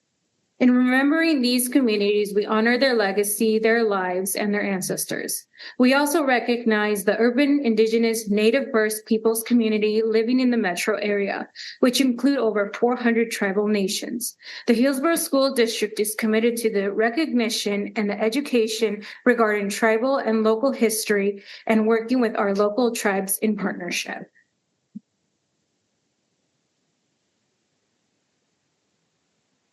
Our next item is proclamations and the Classified Employee Appreciation Week proclamation read by Director Sheehan Kim.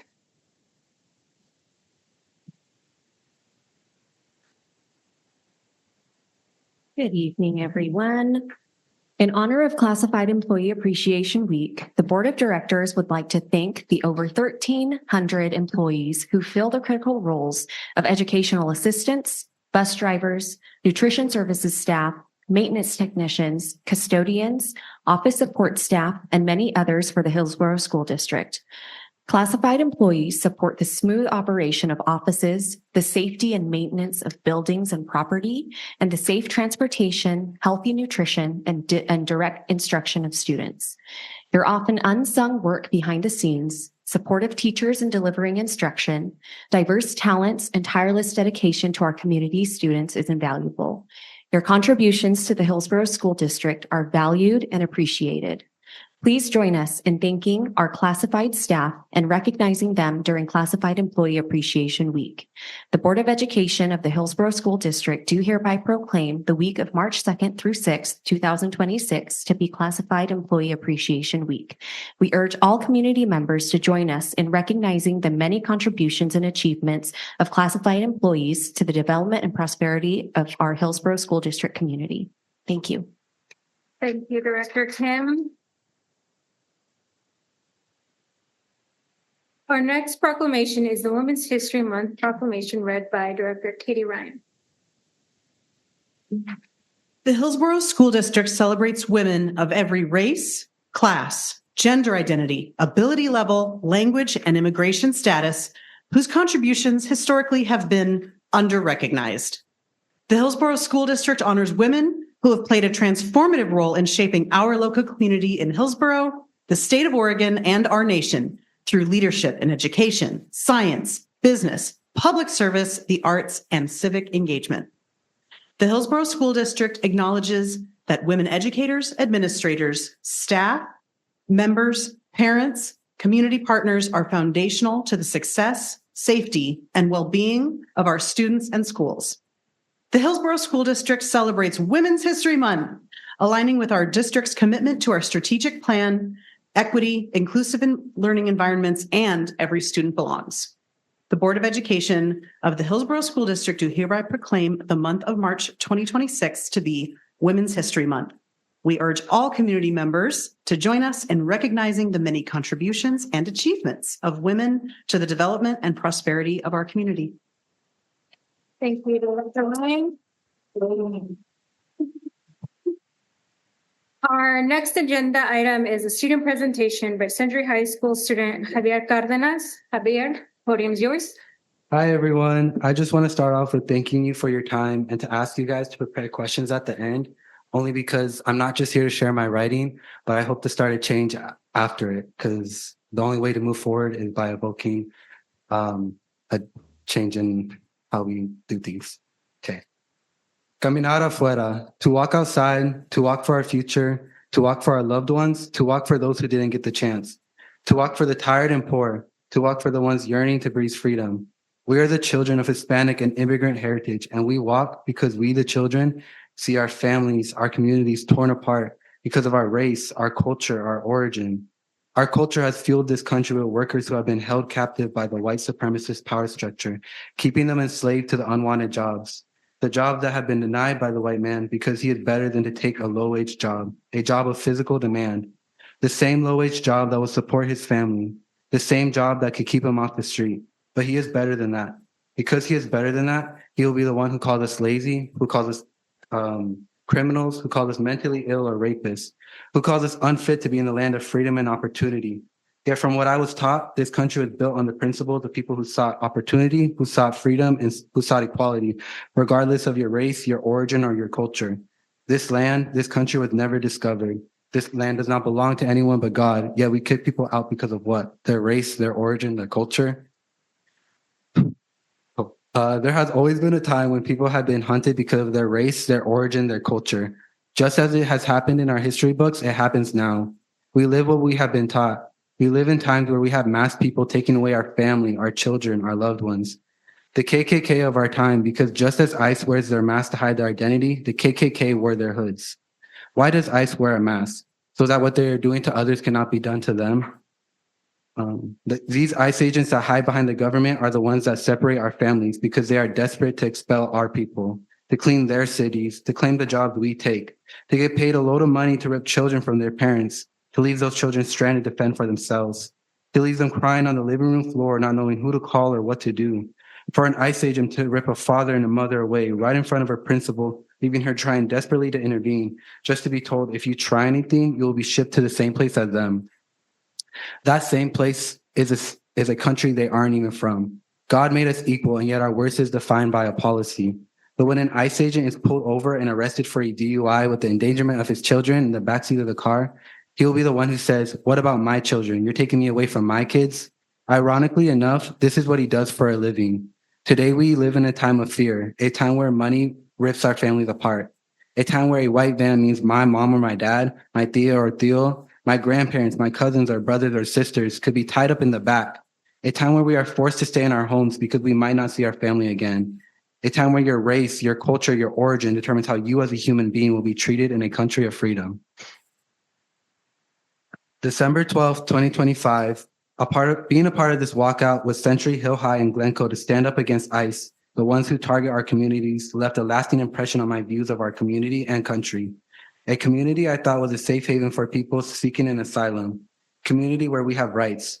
This experience of walking out for the people who couldn't fight, to protest waving my flag and holding a sign that says students of Latin lineage, or to see another sign that says stop spreading families apart, with a child behind it with eyes bigger than the sign itself.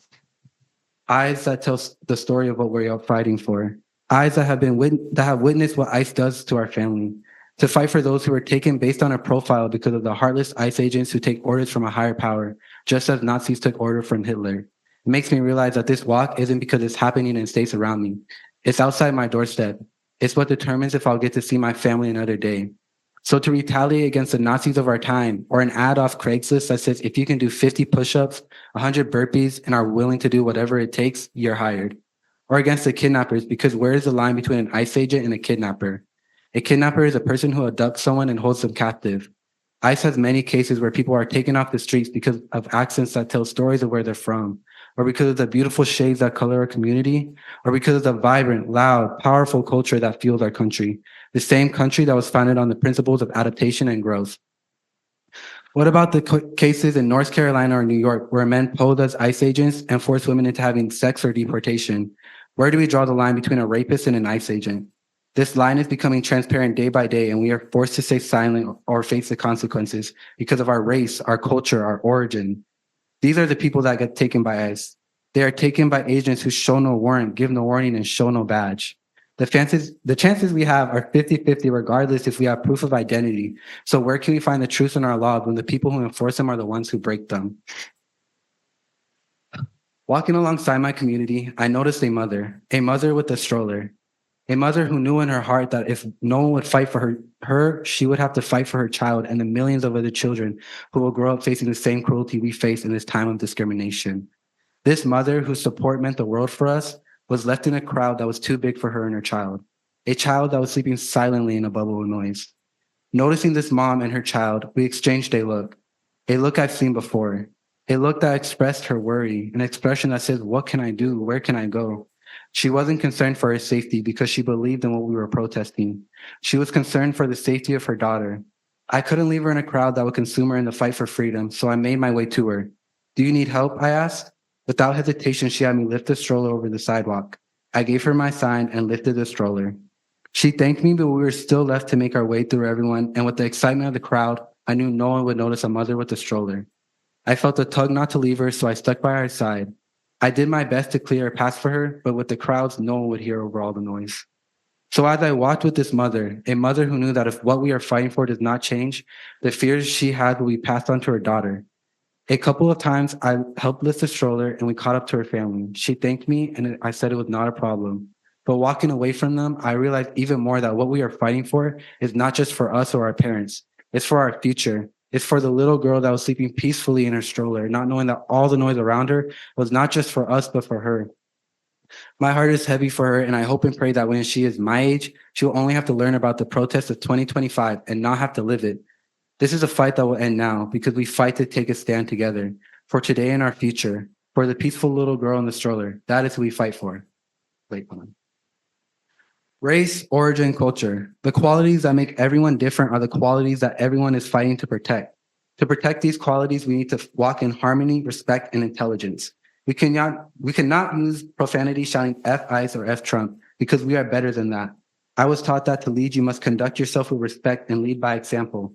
So how can we be the example when we lead out of anger and fear?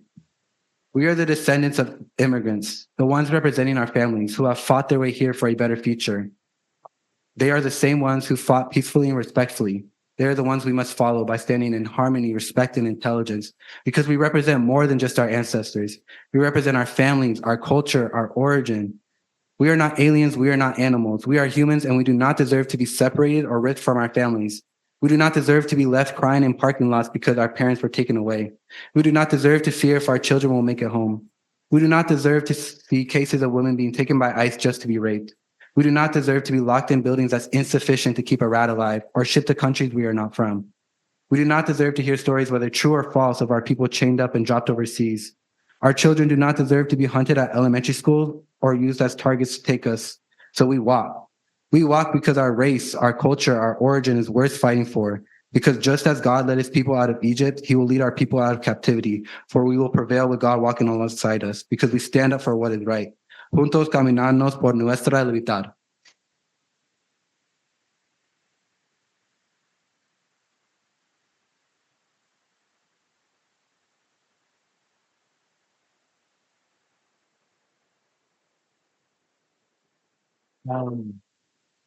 Okay. A quick thing though, before I ask for your guys' questions, if that's still okay. I just want to recognize that recently we've had a really big current event with a situation in our community. A father from our home community has passed away because of the lack of attention paid to people who are detained. His life was taken because we are allowing a group of government workers to ignore protocols and laws. This is what many of us fear every day, that our family will be taken and it could be the last time we see them. So I ask you today, how would you go on in life knowing that this could have been someone you love? Is this not a sign that we need to come together and find ways to make a difference, to stop this from happening to our family, our teachers, our children? So I ask you today, is there any questions that you guys have for me?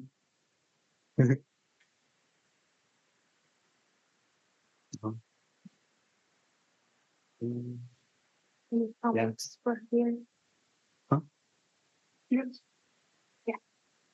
Have you shared this writing with your students? Yeah, some of the students have seen it. A lot of my teachers have access to it too, so they're all in the back.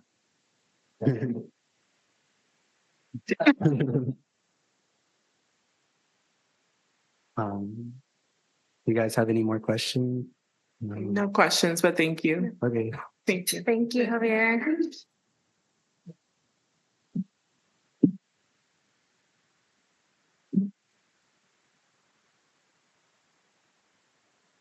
Our next agenda item is the approval of the agenda. Would anyone like to make a motion? I move that the Board of Directors approve the agenda as printed. A second. It has been moved by Director Watson and seconded by Director Jardín Mercado to approve the agenda as printed. Is there any discussion?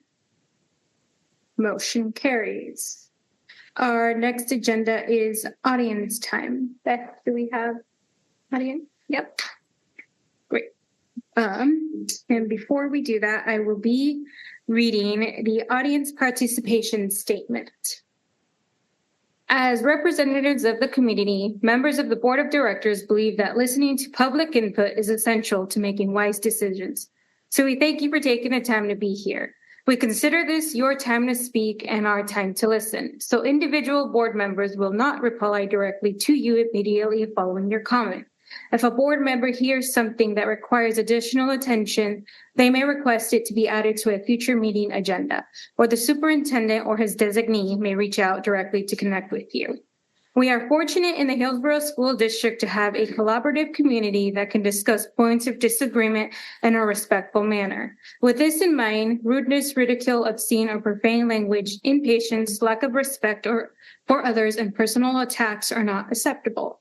Comments aimed at state and federally protected classes are prohibited. Audience demonstrations supporting or opposing a speaker or idea are not permitted. We welcome a frank discussion of district operations and programs, but in public sessions, the board does not hear comments regarding any individual district staff member. Public participation in board meetings is governed by policy BDDH, public comment at board meetings. There are structured channels for the board to review complaints involving staff members described in board policy KL public complaints. As you start your remarks, please share your name and if speaking for an organization. The name of your organization, we allow up to 3 minutes for each public comment. Please feel free to follow up by email to the board or the superintendent. All right, Tessa Bolzan.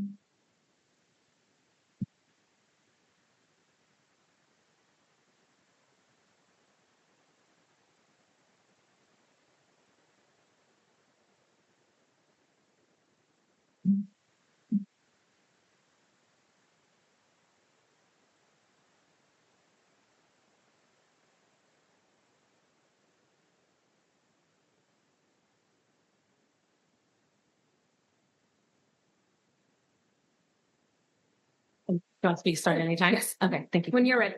Hi, my name is Tessa, and I'm speaking on behalf of myself and my 2 children who currently attend the Hillsboro Online Homeschooling Partnership Program. Good evening, Superintendent Travis and board members. Shalom. HSD is currently addressing a 20 million budget shortfall that has forced the reduction of over 120 staff positions. Yet the district is using limited administrative and legal resources to fight a $37.39 spelling workbook. The math doesn't add up. If the board upholds the denial, which you will have, Ms. Rose has it in her packet, I will be withdrawing both of my children from the district this next year. That means you aren't just losing $600 in reimbursement, you're going to be losing roughly $20,000 in state funding that follows my children. And I have 3 more that are going to be school age soon. You are choosing to deepen your deficit to satisfy a viewpoint bias. We're going to talk about neutrality. I have a screenshot, which Ms. Rose has, of background options on an HSD issued laptop provided to my 5 and 7-year-old. They're preloaded with age inappropriate ideological LGBTQ plus background images. If you find it neutral to push complex sociological views on sexuality on a kindergarten, but you label a 2nd grade math book or ELA book too religious to be funded, you sponsor yoga and mindfulness participation with Eastern spiritual roots. You honor ancestral stuff in your land acknowledgement that you just did in this meeting. If you can secularize Eastern spirituality for wellness and Indigenous for spirituality for equal equity, then you cannot religionize a Christian spelling book or educational book for the sake of exclusion. If yoga is just exercise, then my curriculum is just character building. We shouldn't use a double standard where we strip the religious roots from one, but use them as a barrier for the other. That is denominational preference, and it is unconstitutional. The Supreme Court in Carson versus Mackin made it very clear. You cannot offer a broad public benefit and then disqualify a family because of their religious character or belief. I am a parent exercising my private choice under a neutral program, but that by denying these materials, which not only meet but exceed Oregon standards, you are choosing a bias over brains and ideology over the budget. You are creating the very institutional barriers that your equity policies claim to dismantle. I've submitted tonight a legal precedent and statutory rebuttal to help the board understand and see the flaws in their continual denial of funding the curriculum that I have chosen for my children. Your current policy isn't just discriminatory, it's bad math.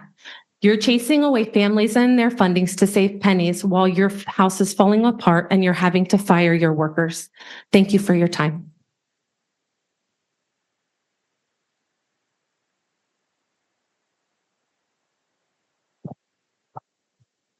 Next up is Adelina.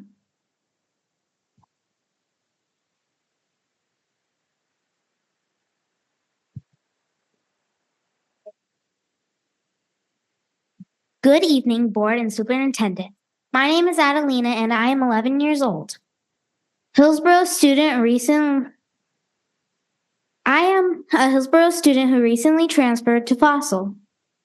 We chose not to attend Hillsboro Public Schools because the Hillsboro School District would not fund the Christian curriculum that fits my family's values and my academic goals.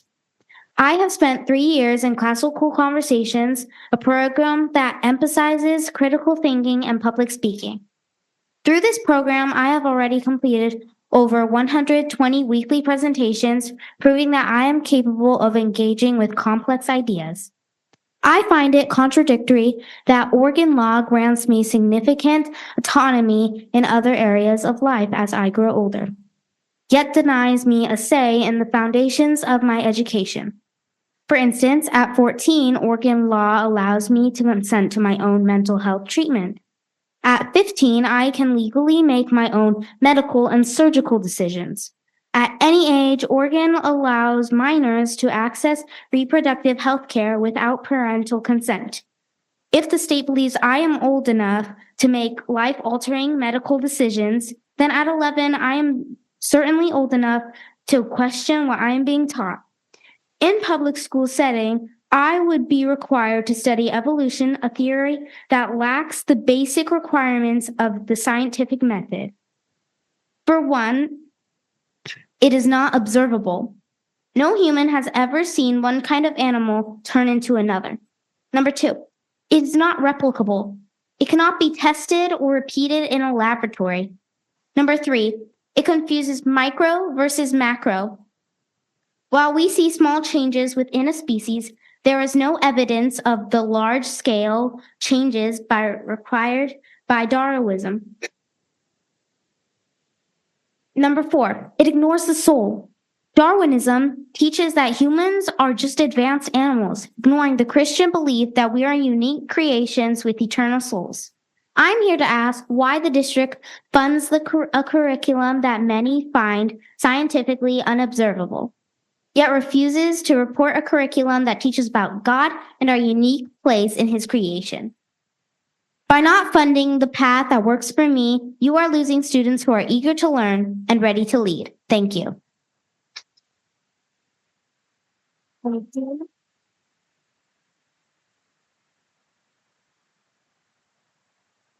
Last up is Grace.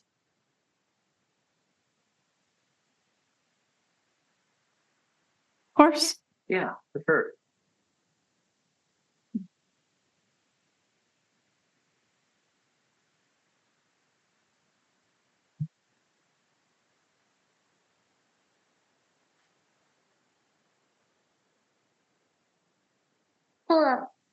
Hello. My name is Grace, and I am 10 years old, and I'm in 5th grade, and I would like to share a few things that I have learned at Classical Conversations. Let me tell you about the Crusades. Richard the Lion-Hearted, son of Eleanor, fought the Turks for Jerusalem during the time of the Crusades from 1095 to 1291. Now let me tell you about Newton's first law of motion. Newton's first law of motion states that an object at rest tends to remain at rest, and an object in motion tends to continue moving in a straight line at a consistent speed unless an outside force acts upon it. Now I'm going to tell you the first conjugation endings of perfect tense in Latin. MS errant, first conjugation, perfect tense. Thank you for listening. Thank you. Okay. Our next agenda item is the Northwest Regional Education Services District. Oh, wait, no. I move to approve the consent agenda as printed. Yeah. I'm reading the wrong one. Would anyone like to make a motion regarding the consent agenda? I move to approve that the Board of Directors approve the consent agenda as printed. Second. It has been moved by Director Watson, seconded by Director Ryan to approve the consent agenda as printed. Is there any discussion? Motion passes. Motion carries. Our next agenda item is the Northwest Regional Education Services District Local Service Plan for 2026-2027. Brooke, would you like to kick us off? Yes, I would. In accordance with ORS 334.175, local school districts must approve their education service district's local service plan for the following year on or before March 1st of the current year. The Northwest Regional Education Service District, also known as Northwest Regional ESD, in concert with regional superintendents, developed a local service plan to bring to the region 20 school districts. For the local service plan to take effect for the 26-27 school year, the plan must be approved by at least 2/3 of the component school districts, representing more than 50% of regional student population. Tonight, we have for this presentation our Hillsboro rep for Dorian Russell. We also have the Chief Academic Officer, Megan Logan, and Superintendent Dan Goldman. Take it away. All right. Well, thank you, Madam Chair. Madam Chair and members of the board. And I don't know what we have left to say. Brooke just told you the whole thing about the entire plan. So I think our job here is done. All joking aside, we are really pleased to be here, and we appreciate our collaboration with the Hillsboro School District and all the things that we try to do in partnership to serve kids, especially those furthest from opportunity. And with that, I will pass the baton over here to Director Russell. As stated, my name is Dorian Russell. I use they, them pronouns, and I'm very proud to be your representative for Zone 3 on the Northwest Regional Education Service District Board. While I moved all around Washington County as a chronically housing insecure child, I am very proud to have graduated in the HSD as the valedictorian of Liberty High School back in the day. It is also thanks to this very education service district that I was able to receive one-on-one disability services that in no way I otherwise would have accessed if not for the partnership within these districts. It's an honor and a privilege to volunteer on this board to ensure that both the current generation and future generations of Hillsboro students have access to the quality services needed to achieve an education, regardless of somebody's zip code, their disability status, and other identity factors. On behalf of the 9 members of the Northwest Regional Board, I'm honored to present today this local service plan for your approval.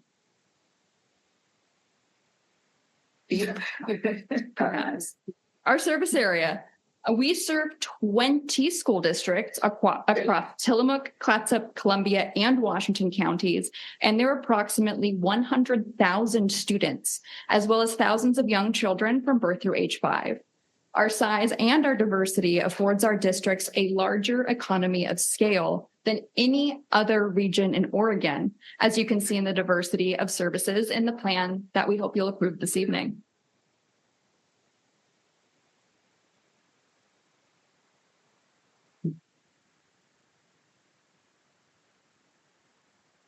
Oh, and these are my fabulous board colleagues, again, across 20 school districts and the aforementioned counties.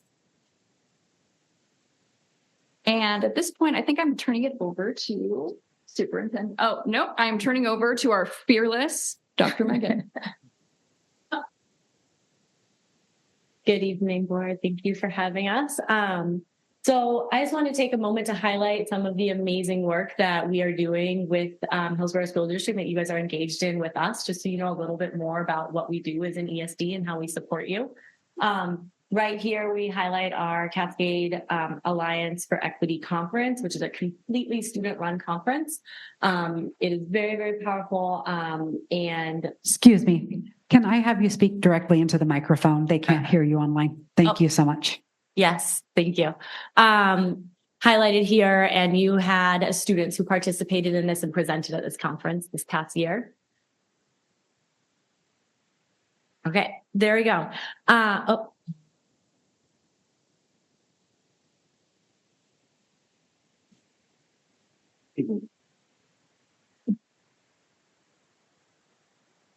Okay. There we go.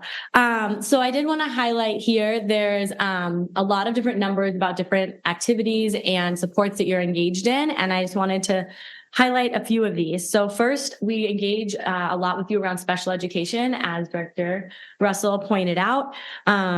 This year, we have 14 different special ed education specialists within your district, including PTs, OTs, and augmented communication specialists as well, that help students who have nonverbal communication access their devices and be able to engage in their education. You also have 45 students who attend our social emotional learning schools, which are schools for students who just need some extra support outside of their regular school environment to be able to engage and to graduate. We also are the contractor for you all to do birth to 5 special education evaluations. So students before they get into the school system, making sure they're evaluated, and we also provide the services to them through a different grant contract that we have. And we've done 325 of those year to date for the Hillsboro School District. We also provide a lot of services through professional development, coaching, and consultation support through our instructional services team. To date, notably, there's a lot of different programs you can see up here on the right-hand side is kind of where most of this lives. We've been working extensively with you all on early literacy and making sure that our students from K to 3 are really ready to read and are learning to read through the science of reading. 200 hours of professional development has been delivered to 21 of your educators this year. And noting we're only like halfway through the year. There's still much more to come. Also around school safety and prevention, we provided 234 hours of professional development and consultation for 24 staff members. And also in special education, we have worked with 29 of your educators to complete 172 hours of special education PD, which I was talking to my team just today about. That's obviously large and awesome, but a big piece of this was our regional educator network, or our REN, actually provided the funding for substitutes to free up those teachers to allow them to attend the PD, which can be a really big barrier, right? And it's being able to pay for someone to be with kids so you can make sure that the teachers are trained. And so overall, we supported 91 different staff members across over 800 hours of professional development, coaching, and consultation year to date for this school year. Lastly, we're really excited. We've launched a new department this year, our School Performance and Workforce Development department that's led by Adam Whalen, who is really incredible, comes to us originally from Willamette ESD previously. And actually tonight, right now, you have 6 students who are attending our CDL kickoff event to get their commercial driver's license through a program that this new department has launched. And I know Adam just said to me this afternoon, he's so excited to really be in lockstep with the Hillsboro School District around CTE, seeing as you guys really are a leader in the state in this work. And we're just really excited to be able to partner, continue to provide more opportunities to all of our kids, like Dan said, especially those furthest from opportunity, to make sure that everyone across our entire region, Hillsboro included, are having those pathways to find their careers and what they want to do to become amazing members of society. I'm passing it off now to Dan, who's going to tell you all about the money. I get the boring part. So, many of you have heard this presentation for a number of years, and so I do not plan to do all the slides, but I do recognize that board members, there's new board members this year and, some super vets. So I will hit some of the high points here, but I will not do all of the slides. Okay. So the plan before you, it's obviously it's quite large. And I actually was reminiscing today. This is my 7th year at the ESD. Before I was at the ESD, I was a school district superintendent and did all kinds of other stuff. But 7 years ago, we sent an LSP to you all, and it was like, whatever we did the year before, let's just do it again. And it was basically a spreadsheet.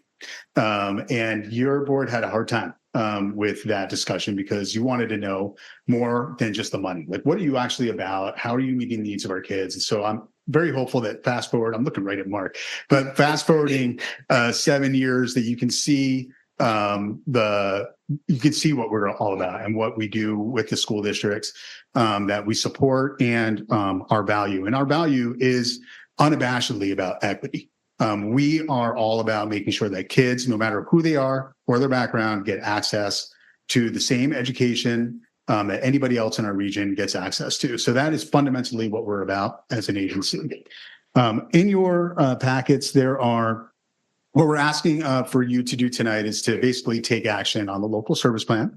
And in our region, that's made up of 3 components. But in state law, you basically approve the LSP plus the Student Success Act Technical Assistance Grant, which is now called Integrated Guidance.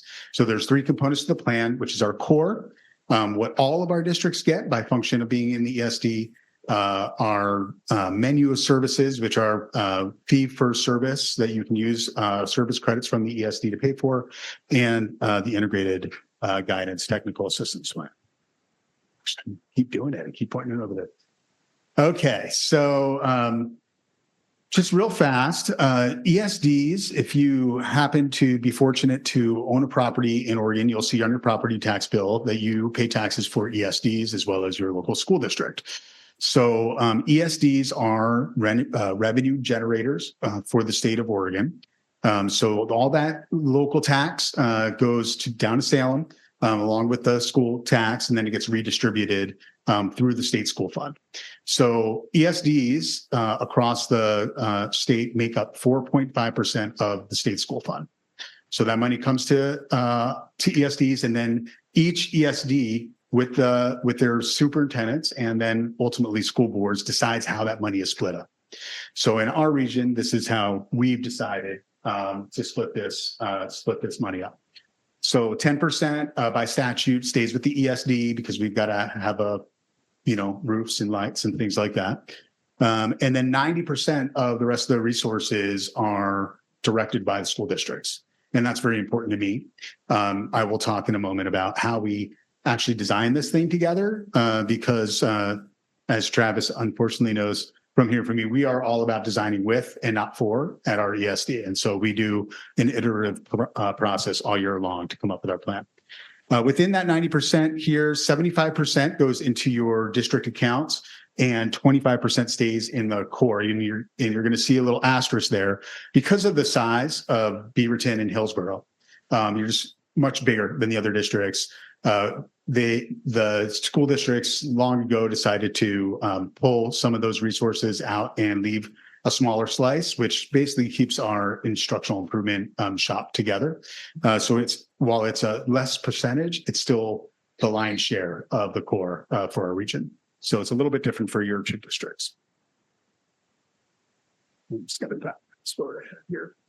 So this is the timeline of how we develop this. So you can see it's all year round. We get a lot of feedback through meeting with the folks on your leadership team. So for instance, our special education director, Kathy Jensen, pulls together regular meetings with special ed directors across the region, and they determine together over the year, like what's working, what's not working. Can we do things better? Do we need a different kind of service and that kind of thing? And we do that in curriculum and instruction. We'll do that in human resources. We'll do that in our business office. And then all those conversations feed up annually into the creation of this plan. All the superintendents unanimously approved this plan in November together. And so that's a pretty big moment for us so that we can actually get this plan moving through the board process. Okay, so in the core, importantly, because you're not you're mostly your core resources are on the education program side of this slide. The technology resources and those types of things, you do not participate in that because you don't participate at 25% of the core. So you're really on this education program side and the administration side of the core. So you can see the programs in there, and I'm going to talk a little bit more about them as we go along. Then you have menu of services. So these are the cluster of services organized in different clusters that you can purchase as a school district from the ESD. So you can see we have administration services, things like investigation services or civil rights coordination, Medicaid reimbursement, very kind of plumbing aspects of a school district, all the way through. And as Megan mentioned, our early learnings, or early intervention evaluations are part of that.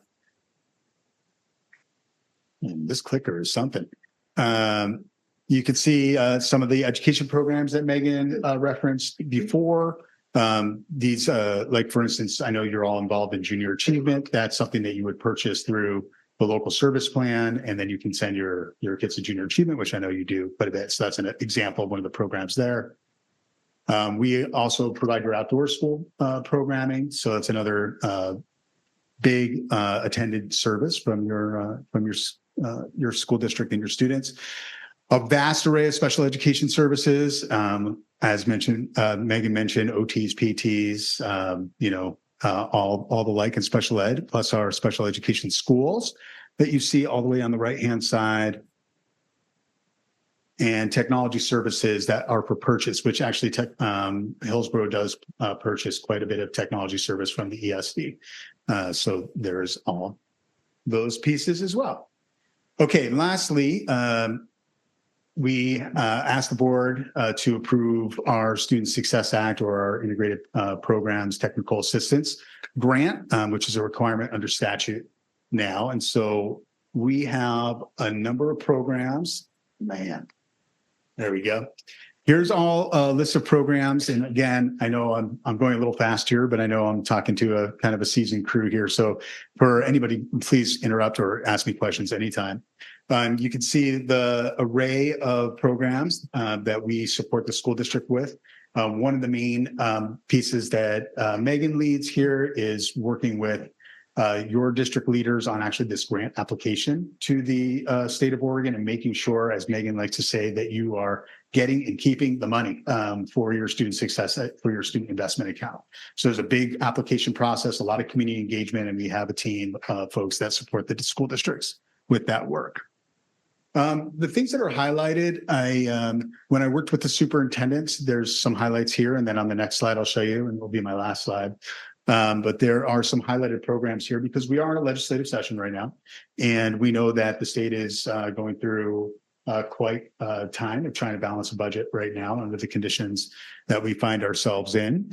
And the things that are highlighted are programs that are at risk at the ESD, and you're going to see there are a number of programs that Hillsboro uses quite a lot. And when I was working with the superintendents, I would plan to take the highlights off and just kind of talk about it. And they urged me to tell their school boards about some of these programs so that you know what's at stake in this legislative session. So obviously, Megan talked about our work on early literacy. We spend a lot of how we fund that is through regional educator networks and the Student Success Act Technical Assistance Grant. So we braid these resources, and we do have, no offense to the Hillsboro team, I'm sure you have amazing literacy folks, but we have the best literacy folks in the state of Oregon. So we do have really quite an amazing team, and I'm just kidding about about Hillsboro as well. But we have a lot to offer here, and Hillsboro is participating along with lots of other school districts as well. The next slide is filled with things that are outside the local service plan, but I do want you to always see other components of what the ESD does, because the local service plan is one slice of what Northwest Regional ESD does. It actually is not the largest part of our budget, believe it or not.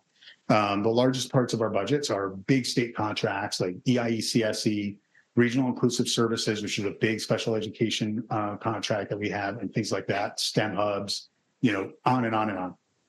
You can see here, another big one is the Regional Educator Network. You can see a lot of yellow here. And so I just wanted to point your eyes towards a couple of these programs, especially in that Regional Educator Network component. Up in the upper right-hand corner, you see that we have mentoring programs, instructional coaching programs, and these are fundamentally, especially in small districts, these are the curriculum and instruction teams in small districts. Like, there is nobody else doing mentoring in small districts, or professional development and doing learning walks or instructional rounds in classrooms. And so these are vital instructional services for districts, and you participate in quite a lot of these fairly deeply. So I just wanted to end with the sour note. It's really what I'm all about, and let you know what might be lost in this legislative session.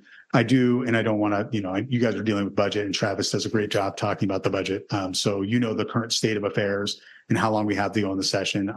I don't think all these things are going to be cut out of our education system right now. But when you do see lists of things that come out of the Department of Ed, and you're like, well, none of that's really in our district budget.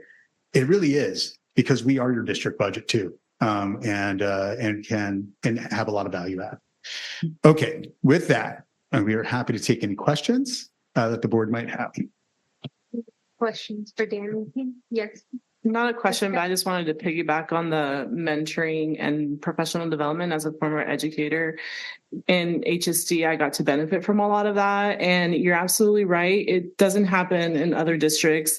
And the quality is just I'm so grateful that I had the opportunity to experience it, because even when you have years of experience teaching, you always want to grow. You always want to learn more. You want to learn how to navigate the system, and there's not money to do professional development. And so teachers are always like begging for it, grasping for whatever they can. And the Northwest Regional ESD has provided many opportunities that I took advantage of. And also with the mentoring, like, especially when you have such young staff, they really want to be successful, and they tend to lean on veteran teachers, which they would have to be willing to take the time and volunteer and all that. So just having that support there is so important, and I think as we think about teacher retention, that is so huge. So just wanted to add to that.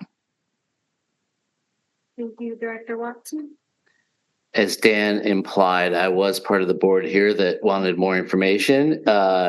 And I've over the years, I've definitely grown to appreciate the partnership we have with Northwest Regional ESD, all of the components that you bring to not just our district, but to the whole region.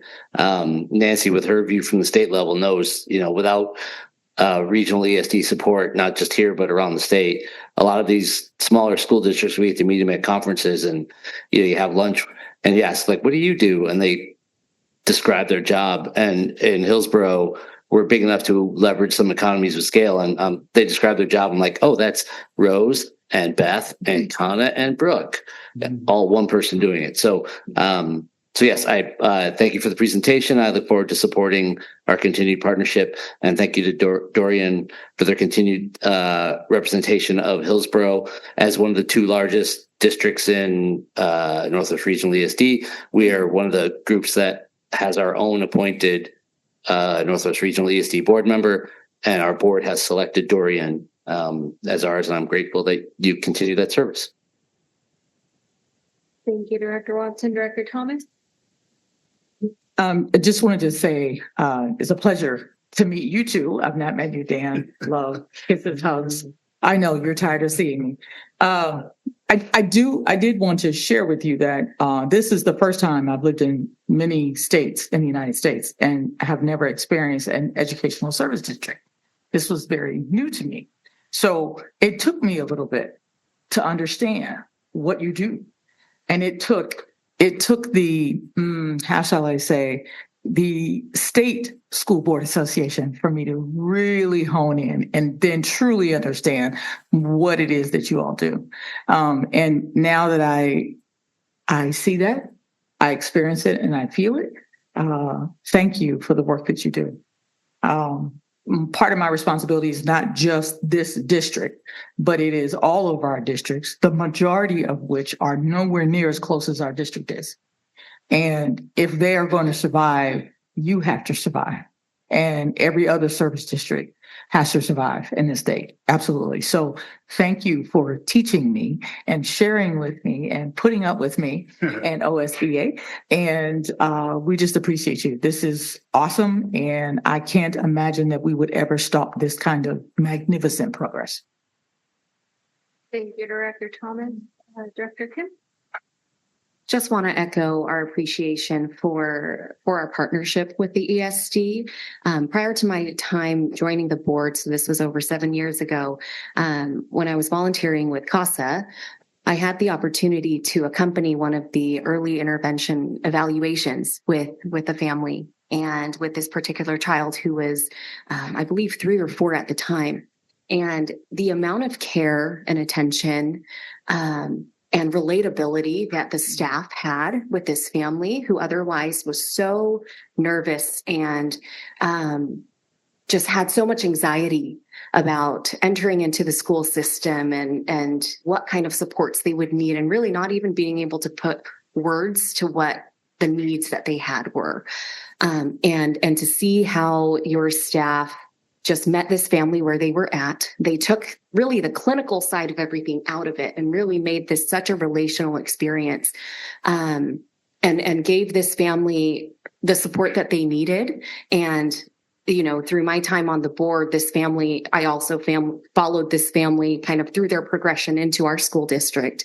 And to be able to see the partnership between the ESD and Washington County and Hillsboro School District, and really the wraparound services that we were able to provide for this particular family and this particular student, was tremendous. So I think this is just it takes a village to really care for our students. And so just really wanting to appreciate the work that you all do, the work that your staff do, and just the partnership that we have here at the district as well. So thank you. Thank you, Director Kim. Anybody else? No? I just want to say thank you for the presentation, and just Northwest Regional always has a special place in my heart just because of the work that you guys have done in the past with students, former students at my preschool when it comes to early childhood and their intervention, and just the phenomenal progress that I saw through their experience with Northwest Regional, and also the care and the education they provided for my staff. And so just seeing that one-on-one is amazing, and just the continued work that, you all do. So thank you. And then with that, would anyone like to make a motion? I move to approve the 2026-27 local service plan as presented. Second. It has been moved by Director Ryan and seconded by Director Kim that the Board of Directors approve the Northwest Regional Education Service District Local Service Plan for 2026-2027. Is there any further discussion? No. Rose, can you call the roll? Katie Ryan. Aye. Nancy Thomas. Aye. Mark Watson. Aye. Jessica Harden Mercado. Aye. Xian Kim. Aye. Yvette Pantoja. Aye. Motion carries. Our next agenda item is, thank you so much.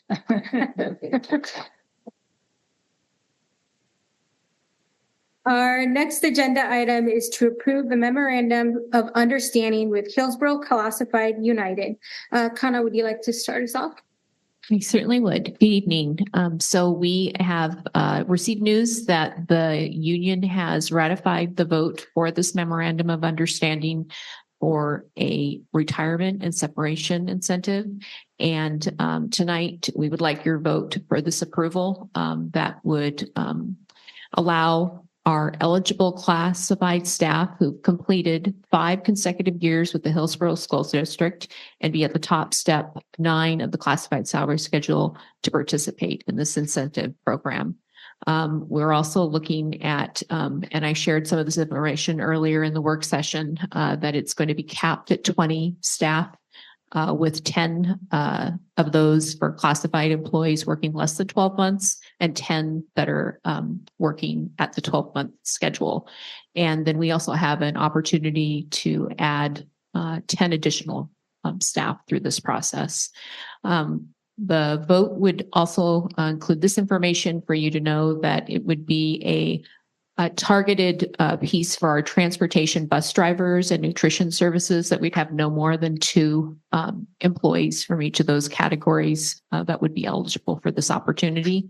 And then there will be a lump sum payment that would be have the opportunity for 12-month classified staff, less than 12-month, excuse me, to have a one-time taxable payment of $8,500, and for 12-month classified employees, a one-time taxable payment of $10,000. Both of those payments would require all the payroll withholdings, and payment will occur July 20th, 2026. There's a second option that's also available that would allow staff to have 2 health insurance continuation options for a group health or individual health plan. And these options allow them to extend coverage beyond the school year.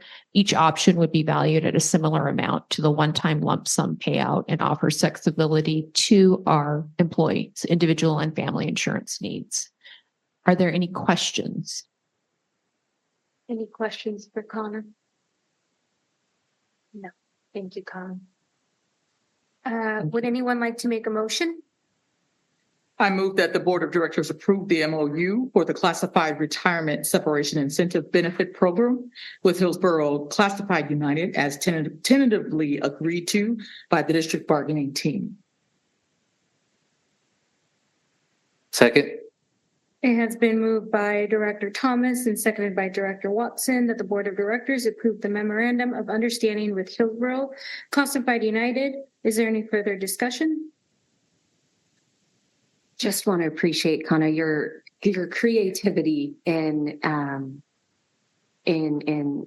kind of bringing this to us, and even the partnership with HCU and your leadership. These are some troubling times that we're in, but really just appreciating the creativity around how we can make it a lessened burden for our staff. So thank you. Thank you for the comment. And I also want to thank the team that included Scott Harrison, Jeff Jones, and Brian Marta Rodriguez-Sierra, who were a part of this conversation. Thank you. Rose, can you call the roll, please? Katie Ryan. Aye. Nancy Thomas. Aye. Mark Watson. Aye. Jessica Harden-Mercado. Aye. Sheehan Kim. Aye. Yvette Pantoja. Motion carries.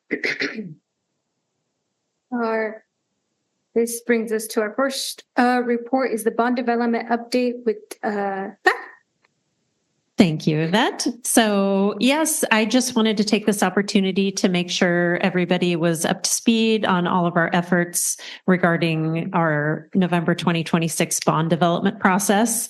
I know that this information has been shared with you via board updates, but just wanted to reiterate that with you all. And kind of new information is that our polling firm that we hired to conduct research polling started their work yesterday. They're what they call in the field between yesterday, and they anticipate being completed by Thursday at the latest, and having completed 400 polls of likely November 2026 voters. So that's exciting. As you know, we held 3 community bond open house events in January and February. And starting tomorrow night, we will begin a series of feeder-based virtual Q&A sessions, starting off with Century, and then Thursday night having Glencoe and Oak Street campus. And then next Tuesday, we'll do Hill High and HOA, and then Wednesday we will do the Liberty Feeder, and then we'll bring our bond development committee back together on Thursday, March 5th. And their charge at that time will be to listen to the feedback that we've received from folks who have come to all of our various events. So far, we've had a little over 100 people fill out our survey and feedback form via the website, which is great. And obviously we hope to have more through these Q&A sessions. But because of those open house events and the feedback we've received, we've developed a pretty extensive FAQ that's available on our bond website, both in English and Spanish. We also have a bond explainer video that's available in English and Spanish that has been pushed out through various channels perhaps most importantly by each of our building principals to their constituents so that they can take a look at those brief videos and at least have a sense of what it is that we're going to be asking the community to consider this fall and give them that opportunity to participate in these feeder-based Q&A sessions that we're having over the next week and a half. So one thing that I did want to prep the board for. Of course, I don't know how this is going to shake out, but just letting you know that my consultant has informed me that other polls that he's been involved in recently have been a little more muted than people might historically expect based on kind of like past supportive bonds and how you kind of view your community typically being favorable towards the idea of bonding and things like that. And his words to me were, people are just a little bit grumpy right now, and they may not be mad at you, but you're on the phone with them. And so that may kind of come through. So just kind of getting you prepared that if when we get our polling results, which you'll see, I believe it's not till April when we could fit him in to come speak to you, but I'll verify that with Rose. But just getting you prepared that that initial like strong support may not be as high of a level as might make you feel comfortable. That does not mean that we cannot get there. It just means we've got some more work to do to make sure that people feel informed and heard, and that we just get out there and get the information to the people. So happy to answer any questions you might have about our process or what to expect over the next few weeks. Nancy? Don't laugh. I had a dream that we had lawn signs. That we had lawn signs? Mm-hmm. Well, I'm sure our political action committee that can't involve myself or Travis or any other staff members will probably have lawn signs because they have in the past. Then let me rephrase. So to the unnamed and they who shall not be named. They can be named. It's Eric. Well, you know, if I can do that to my friend Erica, please, can I have a bond? I mean, can I have a yard sign? I kid you not. I woke up with a dream about having yard signs in all of my neighborhoods. And I think you should probably bling your sign. I just, the sign in your yard should probably have bling, I would imagine. Absolutely. Yes, Jessica. Just curious about the polling. Yeah. Do you know what the questions are? Or Yeah. Do you want those to be shared with you? I mean, it's like 40 different questions. Yeah, I'm just curious what they are. So you could just share them with me later. That's fine. Oh, sure. Yeah. Honest to goodness, I've done this twice in the past week where I've seen young toddlers or babies. And then I ask the parents what school they're going to go to. And I tell them that we have a bond coming up and we're going to need your support. And it's a really good way to engage someone that you don't know, but they have a child, you know, they're in our district, you confirm that, and then you keep going. And I'll continue to do that. It's just really important that we get this push and get it over with. So thank you for all that you do that. Of course. Of course. And just, you didn't ask me specifically, but I just want to make sure that you know that when the pollsters do their modeling for likely voters in a November 2026 election, they do take all demographic factors into account. And we ask them in no uncertain terms to specifically look at the anticipated turnout among Latino and Spanish speaking voters. And we ask them to field through a bilingual house that could offer the survey in either English or Spanish. And so participating in Spanish is being offered to everyone who's being offered the survey. So, Mark? Is there a polling number so low where we would reconsider? Well, I suppose we'd probably cross that bridge when we got there. Okay. All right. But I take it, I'm going to piggyback over Mark's comment. I take it that's where they're level setting. They're managing our expectations. So if the polling data may not come out as strong, we're still feeling so inclined that this is a necessity for us. Well, you're going to have the opportunity to get that polling data before you vote as a board to approve the bond proposal. So you'll have that opportunity. And I understand how important all of the work that needs to be done is. I also think it's better to ask later than to ask and be refused. Yeah, and just a reminder that we do have 2 opportunities to secure a yes vote before taxes are levied in the fall of 2027, which is when they would otherwise drop if we don't get a bond passed. So those opportunities would be November 26 or May of 27.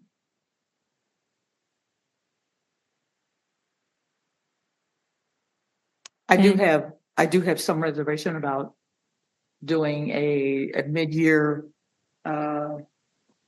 election for such an important thing, where turnout is generally a little bit lower than what we would want. Yeah, I just wanted to say that.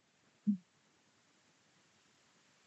think that's why our recommendation would be for a primary ask in November of 26 and only consider a potential May of 27 if we can't get there. But we want to do a little more work and make sure people understand that, you know, kind of what's at stake if we don't pass that second time. All right. Thank you. Thank you, Beth. Our next report is the financial report with Scott. Good evening again, board. I'll just do a couple quick highlights. Cash flow expectations are tracking right where we expected them to be financially. I also did want to note we broke down the fantastic donation that we received in January from the Hillsboro School Foundation and showed how that was distributed, which it now has been. And then I'm happy to take any questions you may have on anything else in the report. Any questions for Scott? So thank you, Scott. Our next report is the inter-district transfer plan development with Beth. I'm back. Okay. So just wanted to talk for a moment about inter-district student transfers. So typically I come to you at the March meeting with a recommendation to participate in the state mandated inter-district transfer process with a list of all of our schools and grades and potential numbers of openings that we might have and all of that great stuff. This year, why I wanted to talk to you a little bit early is because my recommendation is going to be slightly different than it has been in years past. And this is kind of a consequence of what we've been seeing out of other districts in the area and the realities around our own enrollment and, you know, everybody's desire to kind of keep their students close, I think. The reality is that almost every other school district, and I'm pretty sure every other school district in our local area, has moved to a stance of only considering inter-district transfer requests under hardship instead of doing this open window where there's kind of a free ability to move between districts. And the reality is that under that hardship process, we do evaluate inter-district transfer requests all year long because like that's kind of the nature of a hardship. You know, you can't necessarily say when they're going to arise. And so therefore people are requesting them all the time. So our recommendation this time around is that we don't necessarily identify a number of slots for either incoming or outgoing students, but that we abide by the hardship criteria that have been set forth by ODE. The only parenthetical comment I'll make to that is that we kind of have an agreement amongst the districts that we all will let seniors finish out their senior year at the school district where they've been attending, if that's what they so choose. Otherwise, it's things like childcare or, extreme hardship situations, death of a family, death of a parent, military deployment, housing instability, situation where there's a documented case of harassment or bullying, something like that. So you answered the question that I was going to have, which is what is the either statutory or someone's definition of hardship? But I guess my question is, presumably there's a committee that makes this decision and evaluation of every hardship. Who makes it's not it's just, it relies on the parents. The parent basically self-reports their own hardship. No. I got that part. Who is it that receives that hardship for evaluation? Oh, Katie in my office. And if there are questions about it, if there's an appeal, for example, then we usually reach out to our friends in OSP, the level directors, and Audria to help us make those determinations. But remember that in inter-district transfer requests, it's not just up to us. Either the requested or the home district has to take action as well. It's not a unilateral decision. There has to be a release and an acceptance for it to go through. Okay, understood. So I do have some data on what we've experienced the last 3 years in case you're interested in that. I can just tell you real quick, like what we experienced in 24-25. We had 263 total requests, 163 approvals, 78 denials. And out of those 78 denials, 41 of those no answers were from us, and 37 were from the other district that was involved. And then 22 of those requests were withdrawn or canceled. Beth, of the approvals, do we know how many came from staff that we have? Like, I'm curious if we have staff in HSD that are requesting to bring their kids if they're not from this district. Yeah, that's a level of detail I don't have at my fingertips. I could maybe find out, but you're supposed to be agnostic. That's not supposed to be a consideration. Because that's part of the whole reason that these laws have been put in place, was because they didn't want the favoritism of you knowing a whole lot about the people requesting. So I'm not even sure if we would know that data. Beth, the numbers that you just shared, are they overall district transfers or the hardship requests, or is it inclusive of the hardship requests? So that the numbers I just gave you would be everything that we experienced in 2024-25 all year, not just your open window that's only 6 weeks long, has been in the past, I should say, but it would be everything throughout the course of an entire year. So with hardship requests, we would have to say yes, right? I mean, well, we don't have to say yes. If we don't have room, especially if they're not open to considering a number of different schools, like we can't force a child into a school that says they don't have room, regardless of their hardship, right? And we could deem that they have a hardship, but maybe the other district doesn't feel the same way. So, but that's, why there's an appeal process that they could go through, or sometimes that's why people will submit letters from their doctors or other things, that if it's going down a path where they want to appeal, that they're providing additional information. So Beth, to level set me, because I think I got it confused. The hardship request comes from the student trying to transfer in. Is that correct? Or out. Or out. Okay. And sorry, and I'm understanding correctly that an inter-district transfer that was granted in a prior year, they need to reapply every year. No. Okay. So no, if we typically grant until you graduate, unless there's some other extenuating circumstance that would take your eligibility away. But in most cases, if you've gotten an inter-district transfer and your desire is to stay here, you can stay. So students who have already been granted it, we don't anticipate any change to those students if they were granted it in the 25-26 school year or something. Right. Okay, so this is just excuse me, for new requests. Yeah. Okay. Yeah. So how would this impact the Forest Grove students that we've made special accommodations for in the Hillsboro Online Academy just recently?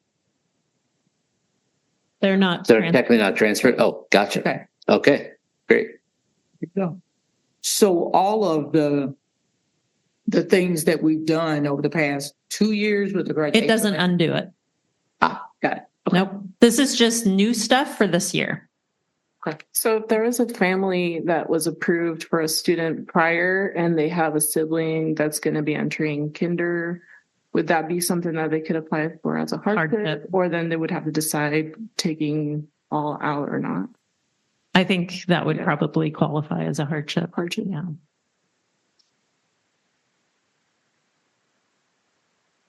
Thank you.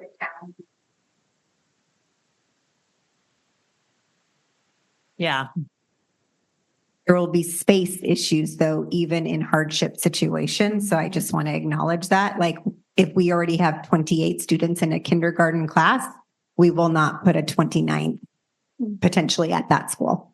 I think so. I think that's just really important to keep in mind. We do not want to go over ratios of our own students. So the unofficial agreement among the unofficial agreement between, all of us in Washington County of kind of thinking, well, we want our seniors to be able to finish wherever they are. And I'm just trying to understand, do we need to tell people no? I'm just trying to, my son went through the school in that thing. Every year we had to make that request. And I appreciated the fact that you allowed that to happen because we had dropped into the district from another state and had no clue where we were actually going to live. And so you did it. You sure you weren't on an in-district transfer? Is that considered? That's a whole different story. Well, okay. So I like the way you said that, but the truth is that we didn't have a home at that point. Mm-hmm. We just knew where we wanted to be. Uh-huh. And so it was, okay, I'll figure it out. Yeah. Well, and just to reiterate, this is not for in-district transfers. It only enter between two districts. Beaverton and us, Tiger Tualatin and that. Yeah. So if a Beaverton, if one of our kids moves to Beaverton, and they wanted to finish the senior year in Hillsboro, we would allow that to happen. And Beth, does if we accept them and they want to go back to their original, do they have to go through the process of getting accepted there? Or is it like, no, that's your district, you're good?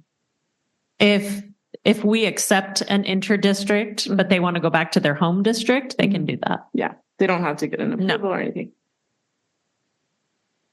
But you were just trying to give us a heads up of what was coming. Because this is going to be... Well, normally I come to you with the whole list and I say we should open this many slots and we can let this many go. And I'm not planning to do that right now. Right. Unless I get a sense from you all that you don't like that idea. I think the reality is just based on how other people are handling it is if we say, well, we're going to let 50 kids go during this window. No questions asked, right? Other districts would happily let them in, but then we're going to be 50 kids down and nobody else is going to be letting their kids go. So it's right. And Beth, when they apply to have a transfer, do they choose the school and then that's considered, or is it how does that work? Well, I mean, that's why we've tried to be and you probably haven't seen it maybe yet. But we tried to do school by school, class level by class level. Do we have any spots, right? So people could kind of indicate, what are you interested in? So it's not just us picking a school for them out of thin air. But we certainly had situations where either they picked a school that we had already said we didn't have a spot at, or circumstances changed and they couldn't accept any more students. And we've said, well, we can't accept you here, but how about this school? Would this school work for you? I mean, we've always tried to work to accommodate as best we can, to make sure things work well for the student and the family. We just can't always do it. And is there like a particular school or feeder that would be impacted the most, that you're seeing like maybe requested the most? Oh, typically our Glencoe feeder elementary schools would typically fall into that batch, or even a big school like Orenco. But yeah, typically it's been our Patterson-Jackson where we can't, is usually closed for transfers. Thank you. Any other questions for Beth? Oh, but just when you thought you were done listening to me, you were not. No, it was just strategic plan update. Strategic plan. Yeah. Okay, friends, as my colleague Beth comes up, I was just saying, we're gonna give you a zippy presentation tonight with a lot of great information. And so in that, I'm just gonna lift up a few bullets as I go along, but you're gonna see there's a lot of qualitative rich data paired with a great data set of our semester 1 half-year report. So with that, Beth's going to get us going and we'll get right into it. Okay. This is our February 2026 report, which is our second of 3 annual updates that we give to the board. First was October, now February, and then you'll get your full report in August at your retreat. So this, once again, you saw it earlier tonight in the work session, is just a visual representation of how we plan our outreach for the year and all the different groups that we are intentional about reaching out to and making sure they have opportunities to both learn about our strategic plan and provide input. Oops. So this was our second year of shortened feedback opportunity for community members and staff members. We also didn't block that off to students, but not many students took the written survey. When you see student results on the next slide, those really largely came from high school focus groups that Travis went around and did at our high schools. So we're finding that it's a lot easier for families to wrap their minds around responding to this much shorter survey that kind of gives them a little bit of, oh, did you know, background information, and then ask them a question that's specifically related to the 6 key areas that we track in our strategic plan. So this year, slightly fewer responses than last year, but 903, that's still really great. Just want to note, I think the variety of the way that we promote the survey has gotten stronger and stronger each year, especially just want to give a shout out to our colleague, Francesca, who helps arrange our family outreach liaisons to make those individual calls to students and families' homes, as well as the student focus groups that our superintendent leads. I think making sure that we're lifting up the voices of families who that we make those specific either small group or individual phone calls is really important, especially as we look at the focal groups of our strategic plan. Of course, all of the work that Beth and her team does on a wide scale outreach as well, through the newsletters and through our school-wide and hot news communications definitely has gotten to that strong number of 903 responses. And we know that because awesome Jeremy Carter in the OSP group put together special links for us so we can tell how people are getting to the survey. And that's how we're able to break that down for you like that.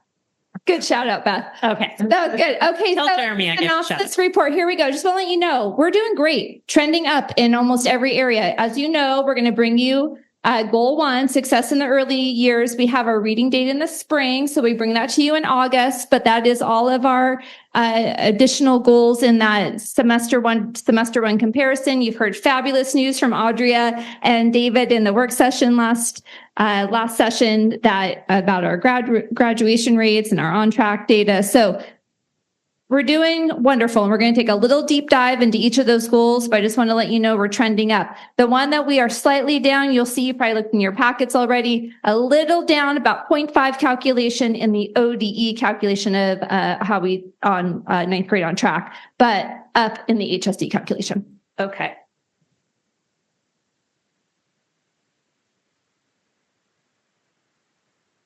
There we go.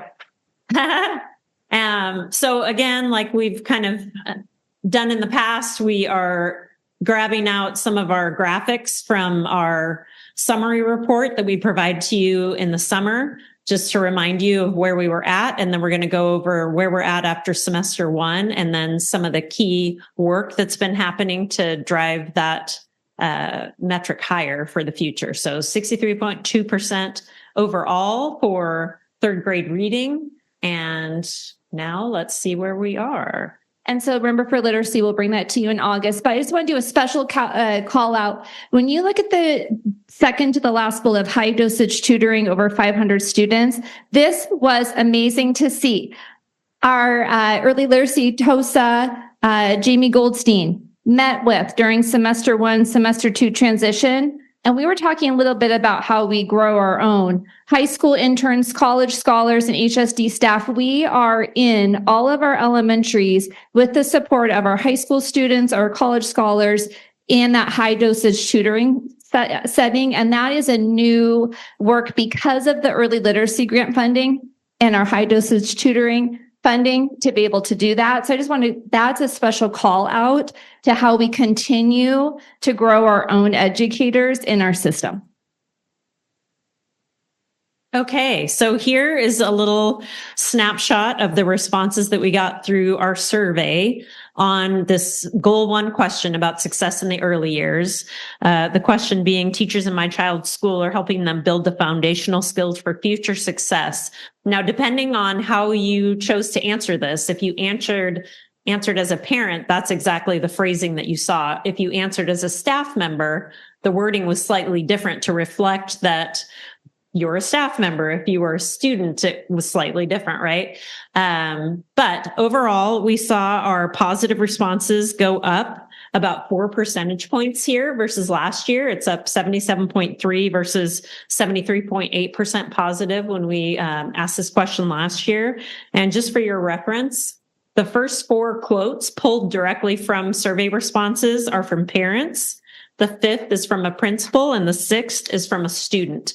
And we attempted to do that with all of our little snapshot slides here about the survey results, is pull mostly parents, but then also either a staff member or a principal and then a student. Also, for this report, and we will continue this trend from now, and I don't know why we had not done this before, so apologies for this. We also, if you look at the third bullet down, we have lifted up also, because we provide our survey in both English and Spanish, the direct Spanish response with the translation of English. So we're going to continue to do that. Apologies again why we haven't done that before. So just wanted to point that out as well. I also want to say in this response, last year, responding favorably, we were at 73.8. Okay, thanks. Okay. Trying to keep us zippy. Okay. Okay, next, regular attendance. Last year, 68.2. Brooke, where are we at? Okay. The clicker is... Dang, this clicker. Okay, here we go. So semester 1 to semester 1 comparison. Just a reminder that sometimes we're going to see a little bit of that last line dot looking like potentially it's trending down, but it's because we're at semester data. So just a reminder of that. But in attendance, we're actually up in all of our focal groups as compared to last year. So we're really excited to see that attendance continuing to rise. And I want to call out just one specific strategy on that. This year, and if you're a parent in the district, you're seeing Through Parent Square, we're doing a lot of communication across the board. And so you're going to look at that second bullet down in general of, hey, this is where your student's at in attendance. It's a peer-to-peer comparison. So what does my attendance look like with my, let's say, third grader at their school? And what is that looking like overall within our district? So we're getting kind of a nice general attendance every quarter out to families, just as a reminder of the importance of attendance and where's your student at that quarter compared to others.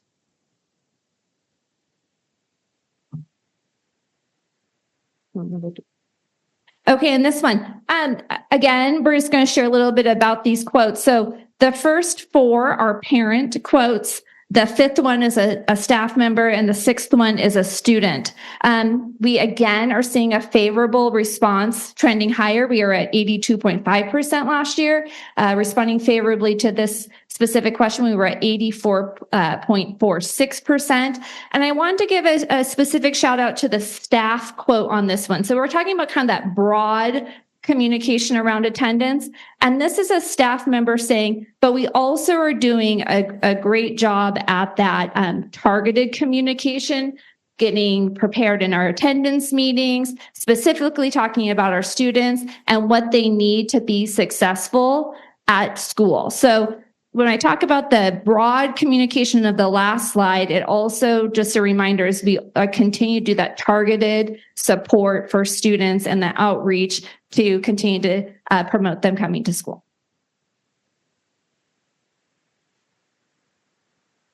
Okay, in this one, I just wanted to also share the quotes go. Parent, parent, parent, staff, student. So this, again, we were trending favorably. Last year was a 75.8%. This year we're up to 80.13%. This one, I just wanted to give a shout out for the specific work that we continue to do to connect with our students and our families. That last quote right there, the emotional impact of your behavior on others is understood here. The student quote, again, as our superintendent meets with our student groups, we continue to ensure that we're looking at that survey data. We're actually, as a team, going to be looking at all of the information that we've collected from this survey, including the student and staff feedback. And how do we look at our practices mid-year to also start to make changes either for second semester or for that fourth year, our final year of this strategic plan. All right, so we are moving on to extracurricular participation, which last year, the year as a whole, we had 50% of our students participating in at least one extracurricular opportunity, which is great. Let's look at the graph of where we are, and be not afraid because it looks like we are falling off of a cliff. However, remember that we have not yet begun all of our spring activities.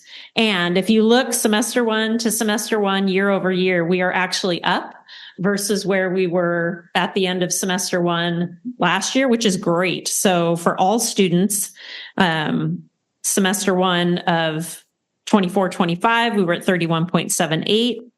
This year, 34.79, so about a 3 percentage point increase for students identifying as Hispanic, Latina, Latino, Latinx. About a 3 percentage point increase versus first semester last year. And for students identifying as female, about a 6 percentage point increase semester to semester, which is really awesome. And just a quick shout out to our friends at Hillsboro Schools Foundation, who announced at their auction and gala on Saturday that their next big initiative is going to be supporting K-8 extracurricular activities, which will help us avoid the gap that would have been created by the end of our Petrick Family Foundation funding that has been so critical to us in the last few years to support students in those extracurricular activities. So happy to have their support. Connected that funding is going to help in what has been established as a record number of program opportunities. You'll see that special bolded call out of 189 different opportunities are provided for our students right now in our school district. And then also the expansion of unified programming options. I just wanted to also call that out. I think that's amazing as we look at equity, access, and opportunities and inclusive practices in our district. That's a great note for us. And then also we've talked about how do we continue in those partnerships? We know that we need the partnerships to continue this work, and the call out to Hillsboro Parks and Rec for the swim partnership opportunities that they provide our students. And just sharing a couple of the comments that came on this one. There have been great improvements in the diversity of after-school activities offered to students in recent years. Yay. Our Spanish language quote that was pulled, we love it because the activities give her focus on school learning, which is very good for her. And then the student quote saying, I feel encouraged. My teachers have introduced me to things I wouldn't have been aware of. We have a lot of clubs. People just don't know about them. We should publicize those. Yes, you should.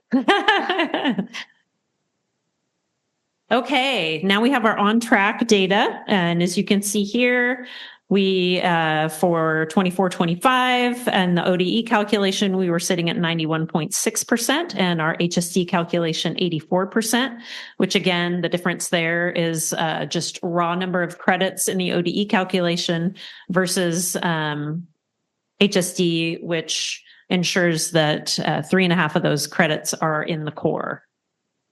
And I've already shared this. We're slightly down in the ODE calculation. We're slightly up in the HSD calculation. So I'm going to go over to the next slide here. And what we are currently doing. So a few things. I think expanding the team that is doing the work of the systems and support and refining those practices. And also, when we have this special call out to 9th and 10th grade, a lot of those practices are also being replicated within the 11th and 12th grade teams as well. So that's something to know is even though we're really looking at that 9th grade on track and 10th grade on track work, we're also replicating that as we go on. Also, I've been a part of the grad coach communities of practice, and as they get together and how do they best support students and families as they're also navigating high school and best supporting the students as they go through. Okay. So on this one, again, we've trended up favorably in response as we did the survey. Last year, we were at 59.1%. This year, we're at 67.7% in response as to the survey question. So again, the quotes go parent, parent, parent, parent, staff, student.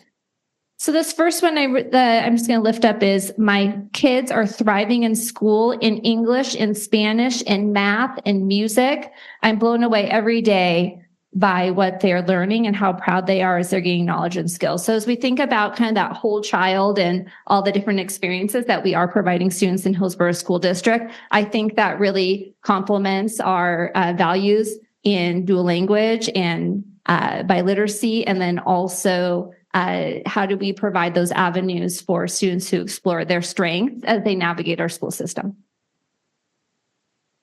All right, let's talk about graduation. Yay, very excited to publicly celebrate our grad rates for the class of 2025. Obviously, we hit a new all-time high since we've been under the cohort graduation calculation model, with all students graduating at a rate of 90.43%, which is amazing. And our students accessing special education services, 84.1%, students experiencing houselessness, 77.6% for the class of 2025, which is amazing. And this is really pretty cool to talk about our 5-year completer rate. So last year we were at 90.3%, and our goal for the entire strategic plan is to get to 93%. So the data that was just released at the end of January shows that the class of 2024 who completed in 2025, so our 5-year completers, 92%. So we are just 1 percentage point away from our 4-year goal for our strategic plan, which is so exciting. It's very exciting. And our students identifying as Hispanic or Latino, Latina, Latinx, 90.4% versus 88.6% last year. So that's a 1.8 percentage point increase, and also just really amazing.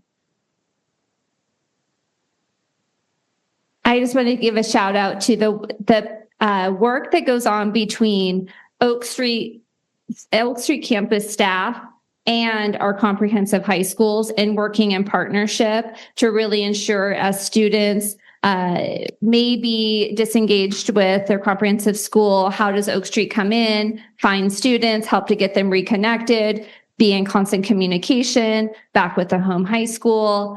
There's also the work of our comprehensive schools of continuing to look for every student and how to bring them back into our school system too. So I think between, and so many of you were part of the beginning of the Oak Street campus and Pathway Center work. I think that's a great shout out as we're seeing stellar results of our grad rates and our 5th-year completer rates.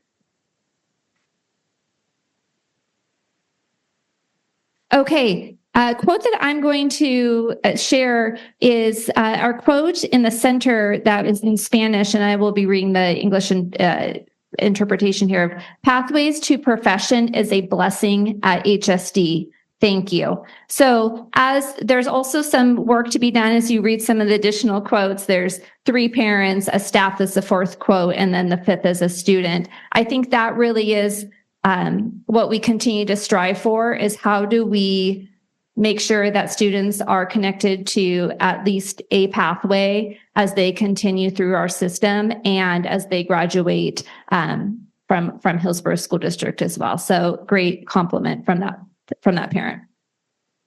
I think this one too, I wouldn't get too disheartened by the 36.6% in the gray, because with a lot of our respondents only having elementary age students, they probably just don't feel equipped to answer that question yet. So, but still, that's an area where we can certainly improve. Also, there is a slight decrease this year to that one. Thanks, Beth. I should have shared that last year we were at a 55.3%. This year we're at 52.57%.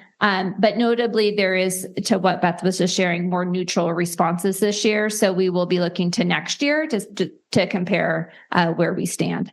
Okay, next steps. I shared this. The direct next step is that top bullet, where we're going to be looking at all of the survey data and those who are specifically the leads to each of our 20 goals, and how do they take that survey data and either, one, make a slight action step shift in the second half of the year, or how do they bring that forth into practice that final year of our strategic plan. Next, I'm going to take a moment. This is the final piece. You've been on the Cognia journey. We all have. But I wanted to come back to, we have now been awarded the certification of accreditation with merit. This is new for our school district to be acknowledged with merit this year. And can you go to the next slide? The first call out of noteworthy practice is around our strategic plan. So that's why I wanted to share that this evening, is such hard work that we all have done to align our strategic plan, and definitely was one of the reasons that we were accredited with merit. Talking about that vertical alignment, we share this often. Why do we do data digs? Why are our SIP templates aligned to our strategic plan? Why are our dashboards so important? But it is that strong vertical alignment. I wanted to end with a quote.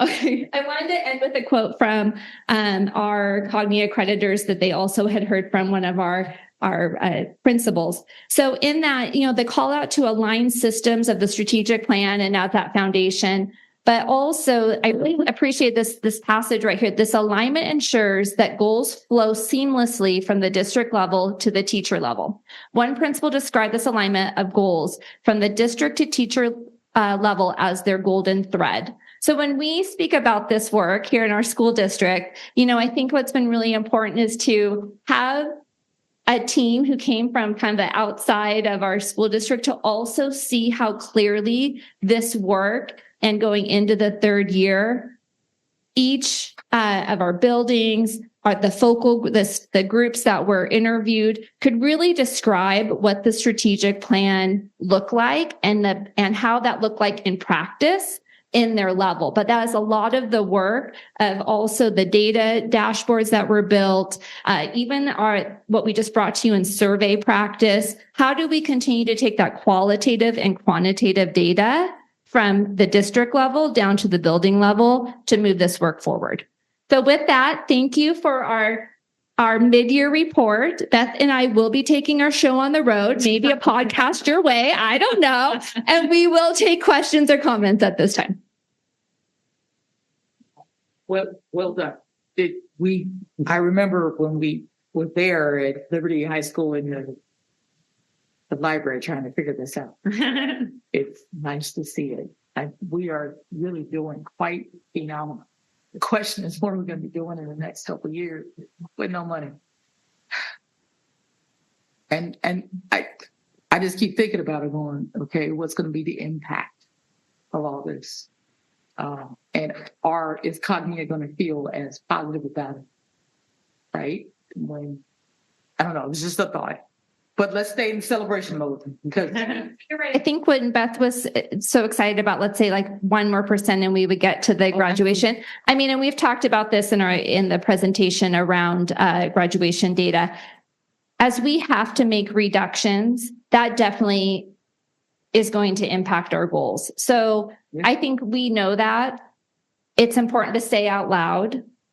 We will, though, continue to monitor the data and share what that looks like. But we also have to be in a space of reality that we have less money and we have to get tight on what we're focused on. And I think the accountability work that we've already been practicing and more to come from that state level from Senate Bill 141 is that's what we have to stay tight on and acknowledge that we're not going to be able to do all the things that we've been able to do before. Yeah. So I appreciate you saying that. But meanwhile, let's party. Let's party. I wanted first, thank you both for this presentation. I wanted to echo what Cognia said in terms of alignment, because I can absolutely see this alignment not only happening at every level of our district, but in every level of our state. We just we got an opportunity over the summer to see some of that early literacy summer school, the intense summer school happening, and they just published an Oregonian article talking about the success of that program, or the mixed success of that program from last year when the applications didn't open until very late in the spring, and called out Hillsboro specifically as a district that was able to utilize that funding, and just makes me so proud of our team who was so ready to leap on that when that happened last year, and so we didn't lose a year in terms of that opportunity to bring that early literacy summer school program to our school. So, I mean, that's performance target number 1, and performance target number 2, in terms of student attendance data, there's a House bill going through right now that, or maybe not going through, but it's being contemplated right now. That's going to, give the opportunity to utilize attendance data in order to hopefully make our strategic plan even more solid. We're going to be able to use this data in new and better ways as we are continuing with performance target number 2 and working towards that final year of our strategic plan achievement. And we just were able, we being my director colleagues, Jessica and Sheehan, we were able to visit elementary schools this week and have principals show us their school improvement plans. So again, we're seeing that alignment. It's the kind of thing where once you see the strategic plan, you see the strategic plan everywhere. So I really commend both of you for your leadership in working with this and making sure that it's a through line throughout our district and our whole community. I want to add to what you said about it being visible. I think today we also saw that when we had our Black Village family presentation and having all the strategic plan stuff embedded. Like they're having these conversations, our students are having these conversations. And I think when we're faced with those budget cuts, I think we will naturally enter, proactive mode. Like how can we do with little, but still continue to make progress, still continue to have those conversations. It's not going to be easy, but I think when you have a community now, that is always helpful. Great. Any other comment? Thank you, Pat and Brooke. Our next agenda item is the first reading of policies. Travis, is there anything you'd like to add? No, as usual, if you have any questions, please direct them to the member of cabinet whose name is assigned. And that brings us to HCU-ATA report. Yeah.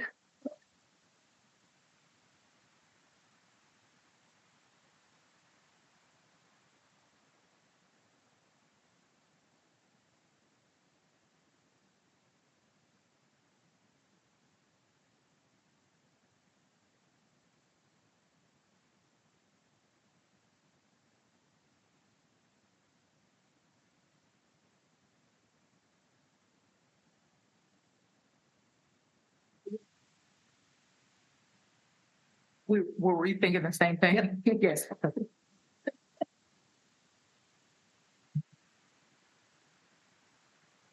evening, Chair Pantoja, Vice Chair Kim, fellow board members, Superintendent Ryan, and administrative leaders. My name is Mary Kay Babcock. My pronouns are she, her, ea. I'm a proud music educator of 28 years, and it is an honor and a privilege to serve as the Hillsboro Education Association president. Did you know that this week is Public Schools Week? It is. This is the time to celebrate the impact of public education in our communities. I'm a proud graduate of public schools, and I stand here because of the incredibly amazing educators who invested in me. And I want nothing more than to ensure that today's students and future generations experience an even stronger public education system led by passionate educators who are able to fully share their expertise in their content area. But right now, currently, there are 3 funding conversations that are happening at once. And it's important to give clarity to all stakeholders regarding each conversation.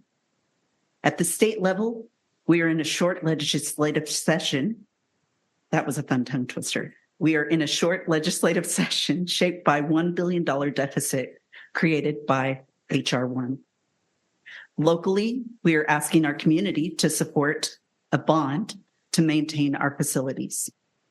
And locally, we are finalizing a retirement incentive MOU in an effort to minimize involuntary layoffs. On President's Day, I met with Governor Kotek to discuss the many challenges that districts across Oregon are currently facing. My final message to her was direct. We need bold leadership that protects school state funding, uses reserves responsibly, and addresses the structural cost drivers that districts cannot control. Our students cannot afford another cycle of instability, especially when we have a solution of corporate tax reform.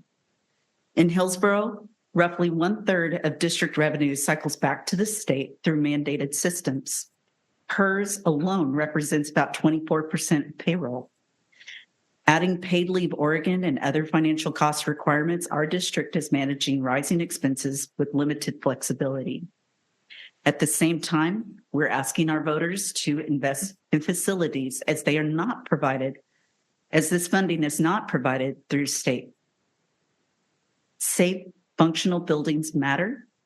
And I know our bond committee is doing this, but it's important to articulate this point clearly to our community that bonds fund building maintenance, not the educators inside them.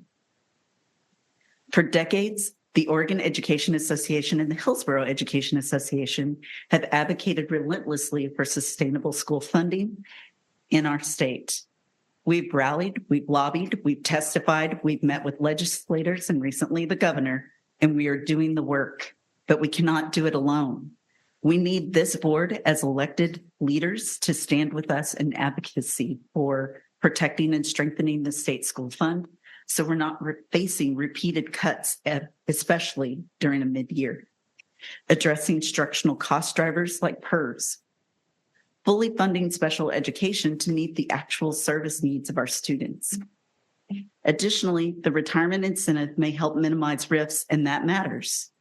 But when experienced educators leave, institutional knowledge leaves, mentorship leaves, stability leaves, class size rises, caseloads grow, and instability shows up immediately in student behavior and engagement. We're losing good educators not because they lack commitment, but because the system continues to place structural pressures on schools and other public services that should not be happening when we have solutions like addressing revenue forecasting reform. The formula used to determine if the corporate kicker is triggered in Oregon is known as the 2% surplus kicker calculation, specifically the corporate income tax surplus calculation. It is so insulting to hear that our state cannot fund our public services and then give 4.2 million Oregonians refund checks due to the trigger mechanism being set too low. This cycle of instability is not sustainable, and it is not what our students deserve by giving billionaires tax breaks. We need coordinated advocacy, educators, this school board, our community, and state leaders standing together to reshape how Oregon funds its schools and public services. If we do not address structural funding now, we will be back in the same position 2 years from now. Our students cannot wait. Thank you for joining me. Thank you.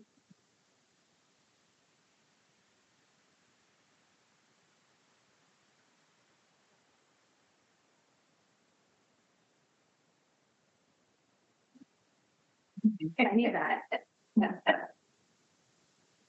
Good evening, Chair Pantoja, Superintendent Ryman, members of the school board, student representative, and cabinet members.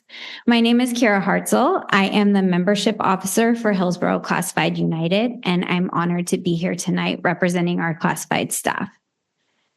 I'd like to begin tonight by expressing appreciation to the staff involved in the negotiation of our classified early retirement and separation incentive benefit program, which was unanimously ratified by our membership earlier this morning and by our school board tonight.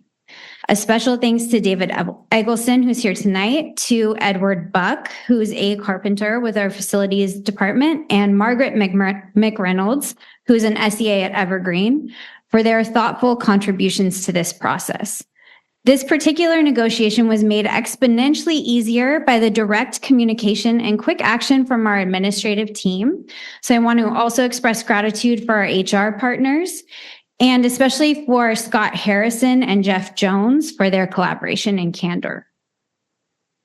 While we're thankful for this MOU and for the access our staff will receive to this retirement benefit, I'd like to repeat the caution I voiced to our superintendent and cabinet members at the outset of these negotiations, which were echoed by our budget committee upstairs tonight and by Mary Kay just now. With this MOU, our district stands to lose potentially hundreds of collective years of knowledge and expertise from dedicated classified staff. We do not yet know the impact of this loss or how many of this staff we will be able to replace. Our classified staff are an integral part of the systems that support our students, whether they're driving a bus, serving a meal, maintaining records, providing access to resources, supporting building or technology infrastructure, or participating in direct instruction. During the work session 2 weeks ago, David and Audrea noted the work that our staff undertook in 2025 to support our students in reaching historic graduation rates.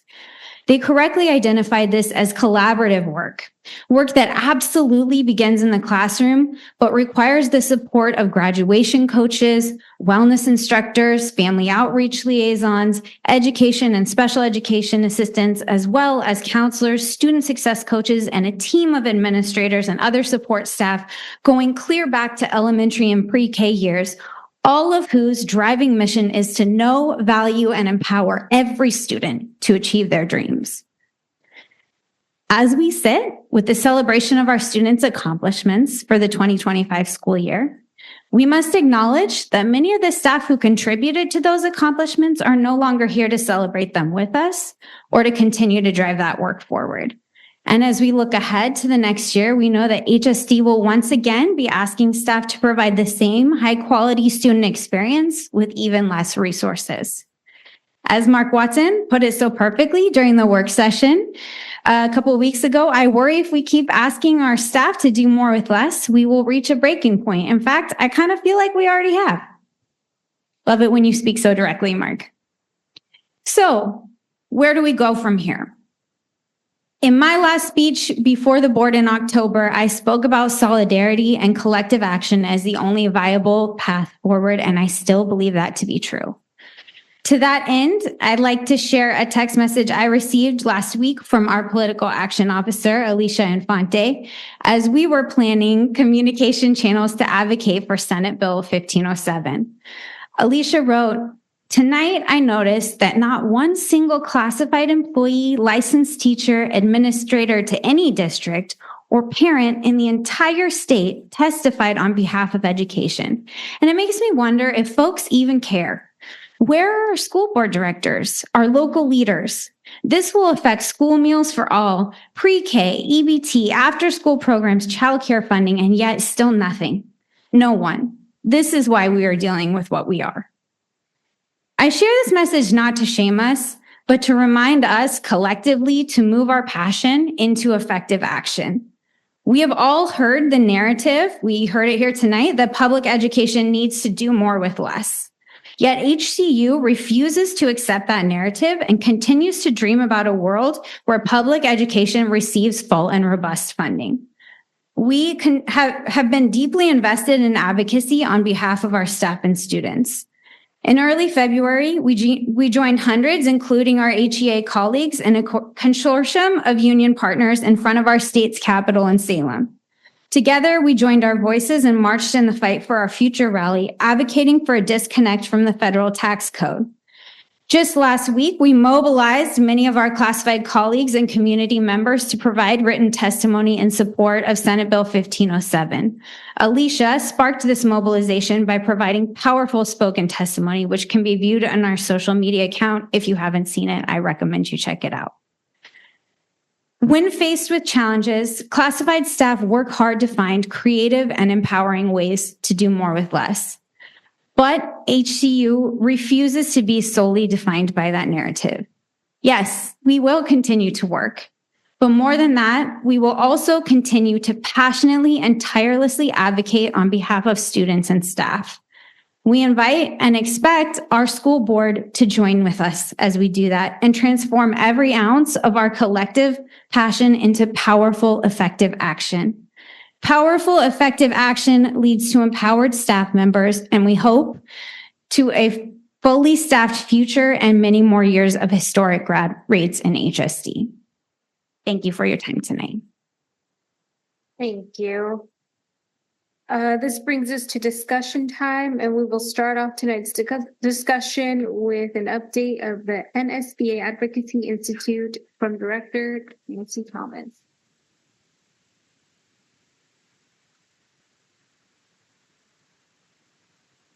Do you have it up on the board? Slide. The slide. Yes, I did, but that's okay. So I apologize. I had slides that I sent. I thought I sent. My bad. But the goal was to give you all an update on the Advocacy Institute, and it ended up being a whirlwind of 5 days. And so we flew out on Thursday. And by the way, I had the cutest graphic for this. But so we flew out on Thursday. And as you know, that's an all-day trip when you go that way, right? When you go to the East Coast. And then we had dinner together. But the real magic happened Thursday, Friday, Saturday, Sunday, and Monday. It was fascinating. And what I mean is, If you all remember my comments last month with regard to, or this month with regard to Black History Month, and I've been just a little bit down in spirit, down in faith, just a little bit, because I wasn't sure where this country is going and I wasn't sure if I was welcome anymore. But being in Washington, D.C. helped me to understand that I am not in this by myself. We are together. There were 39, 40 states present with their state boards of directors. That was incredible. To meet with the regional board for Northwest, which includes Hawaii and it includes Alaska, and to meet the wonderful people, the Native Americans, Native Alaska Americans, who were actually in leadership there, was absolutely phenomenal. So it gave us the opportunity to be to fellowship and establish relationship with our Northwest region, which was pretty awesome. And then beyond the Northwest region, then you get to meet people from Central, you get to meet people from the East Coast. And it was overwhelming. And if I sound like I'm really excited and crazy, I was. And I just enjoyed being in the moment. I enjoyed being in the moment with DC. So the first 2 days were actually trying to get us to understand. We had the Northwest Regional meeting on Friday. And then on Saturday, it began Leadership Institute. And then on Sunday, we began the Advocacy Institute. And then on Tuesday, oh, there it is. Wow. Woo. Thank you. Oh, no.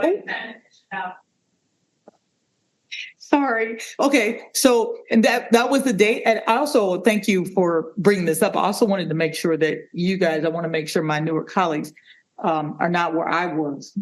Because when I first started, I didn't know what NSB was. And it was really important for me to understand that. And now I know. Thank you. Bless you. So it's actually the national, the next one. Wait, is that it? No. Yes. Yes. Yay. It's the National School Board Association. And in short, that quote, transforming public education board by board, that was what was happening. It was absolutely staggering, quite frankly. And we had people from the Bahamas. We had people, in fact, we were trying to get the next meeting here, but nobody wanted to do this. But I mean, it was absolutely overwhelming. And to sit in fellowship with people from other places and to establish relationships with people like from New York was absolutely phenomenal. So it was great. I know we're getting late. Oh, there we go. And so how does, so I wanted to make sure that you all understood how I fit in with OSBA and how OSBA has to do with what we're doing at the NSBA level. So being in the group in 2023, and I'm sharing this with my newer colleagues, in 2023, I was nominated to OSBA board. And at that time, you won't recall, but a couple of our more experienced board members will recall that it was a hot mess, quite frankly. And I'll never forget that in my first meeting that I went to the board, I stood up in the meeting and I said, if this is how this is going to go, I can take my volunteer time elsewhere. So either we get back on target or I'm out. And from what I understand, that changed the room that night. That changed the atmosphere. And people understood that it was time to get down to business. So we've gone through a lot. In 2025, I was elected to my second term, elected to my second term. For some of us, it was the third term, and then elected as OSBA vice president or nominated for that. Then that led to a nomination. This is what I think I would like to share with this group. At some point, I think we ought to look at how they do succession. This was just, once I understood how the succession plan goes, it's really quite awesome. So what it means is that I, coming in as a vice president, I am in the leadership track and succession role to take over the organization and be president eventually. So that would be in 2028. And that's how that goes. And so Mark asked me immediately when I I guess it was recently, you were like, so when do you get to be president? And I went, what? I don't get to be president. And then he was like, yeah, you do. And I'm like, no. That's a couple years away. But I just wanted to share that with you all to say, this is where it was going. And in 2029 will be the end of my second term. And that will have made me don't laugh, past president of OSBA. So that's where Nancy fits into OSBA and where I'm at right now and where we're going. I really, really, truly believe there is a lot that this school board specifically and this school district has a long history and a strong history and an awesome reputation. And I hope I don't damage that in any way. And I hope to find that. Wait. Yes. Okay. So generally speaking, NSBA does 3 big events annually. They do the Institute, the Advocacy Institute, and the Leadership Institute that I was at in January. And then in April, we will be in San Antonio. And at the same time that they have the SBA, they're also the school lawyers, the district lawyers are also there, and they have their meeting as well. So they do these 3 big events every year. And it's really nice to go to. I'm looking forward to that as well. Never been to San Antonio. And this was my little thing that I was so excited about, you guys. So, you got the fly out thing, you got the Pacific Region Winter Meeting, and then you had the Leadership Institute day 1 and then day 2, and then the Advocacy Institute. And then the Piece de Resistance was Advocacy Day on the Hill. And what I was sharing with people was, I'm going to the real Hill. And it was really, really awesome. I ate at both restaurants, the one for staff and the one for visitors. That was fun. But anyway, it was just an incredible day. I got tickets to the gallery, both galleries, House and Senate. Absolutely fabulous. I got to see a lot of the people that I look up to. And arguably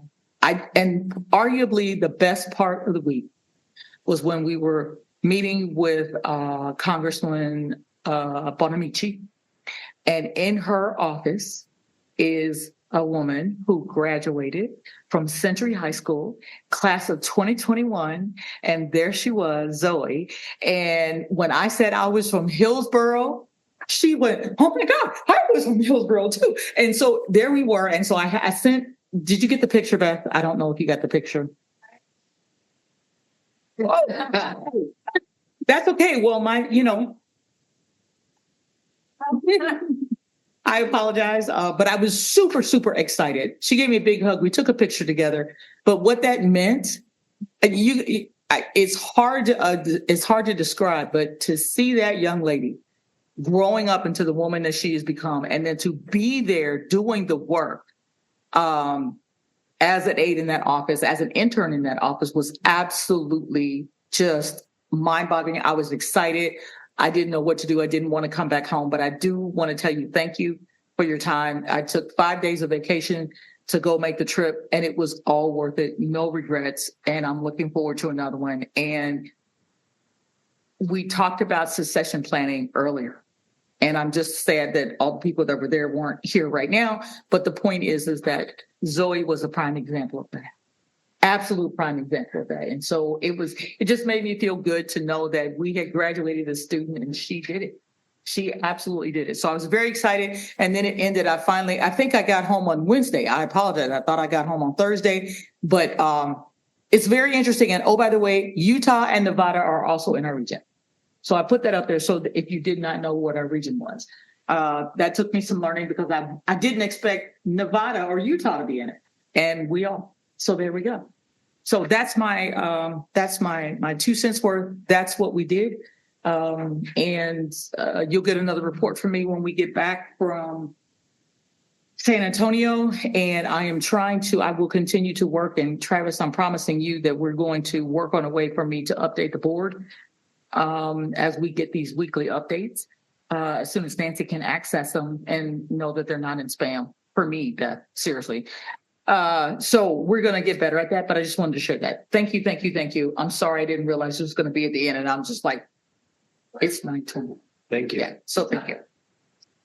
And I hope when we can afford it again, I encourage all my colleagues to try to attend the National School Board Association conference. Yes. It is an incredible learning experience.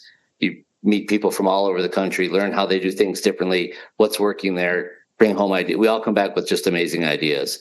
So when we can afford to do that again, I encourage you all to go. Nancy, don't fall in the river. Jackie Spross and I attended San Antonio NSBA a few years ago. I asked a guy with a stand right on the Riverwalk, there's signs everywhere, don't fall in. How many people actually fall in? He's like, oh, every single day. I didn't think it was a thing anybody ever did, but apparently every single day people fall in that river. So don't fall in the river. Would not follow the river. I will not follow the river. Thank you for representing us. Thank you, Nancy. Which brings us to discussion time, and we will start with our student representative, Hazel. I just wanted to take a second to appreciate everyone that showed up today. It was really amazing to see the room so full and bustling and busy. Kind of gets lonely up here sometimes, so it was nice.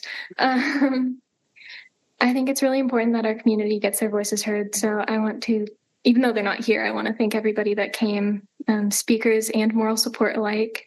I think it was absolutely amazing. We got to hear some amazing points come up. And yeah, it was just great that so many people took time out of their day to show up here. I just appreciate that. So thanks.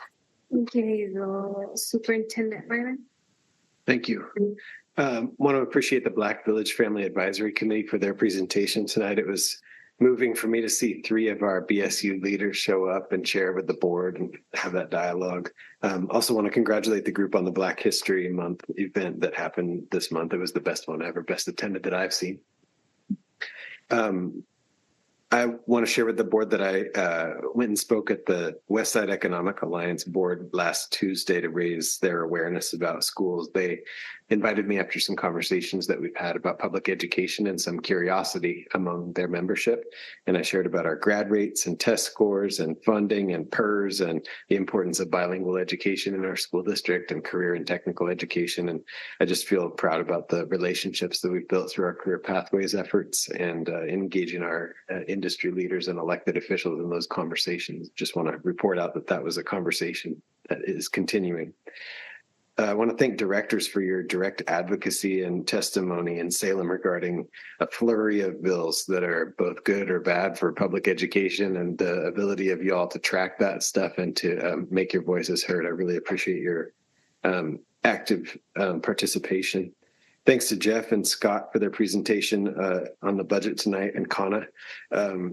I think we have real clear leadership for our budget process, and I just want to thank our team for the clarity of the conversation and for the board for supporting us in this difficult process. I want to thank Javier for Xavier, I think is how he pronounced it to me tonight, for his presentation tonight. That took a lot of bravery. I want to appreciate our union partners for productive collaboration on the retirement incentive for our staff. It's going to help us balance our budget. And it's also going to provide a nice benefit to staff who have served our students so well. There may be a perception that we'll be losing some experienced teachers and staff, which we will if they choose to retire.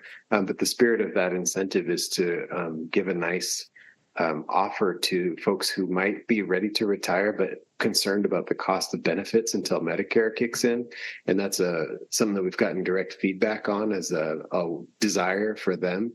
And one of the outcomes of folks taking that retirement option will be to allow us to protect some younger staff and some staff who are aspiring to be educators who are really worried about their jobs right now. Lastly, I want to thank the Hillsboro Schools Foundation for an incredible gala. I had a great time, and the turnout and the energy was really high this year. So their illustrious executive director, Erin Carlson, was unable to attend due to illness, but I spoke to her today and she's on the mend, and we're all celebrating the success of the foundation and that event. So thank you. Thank you. And now we'll hear from the board. Director Watson.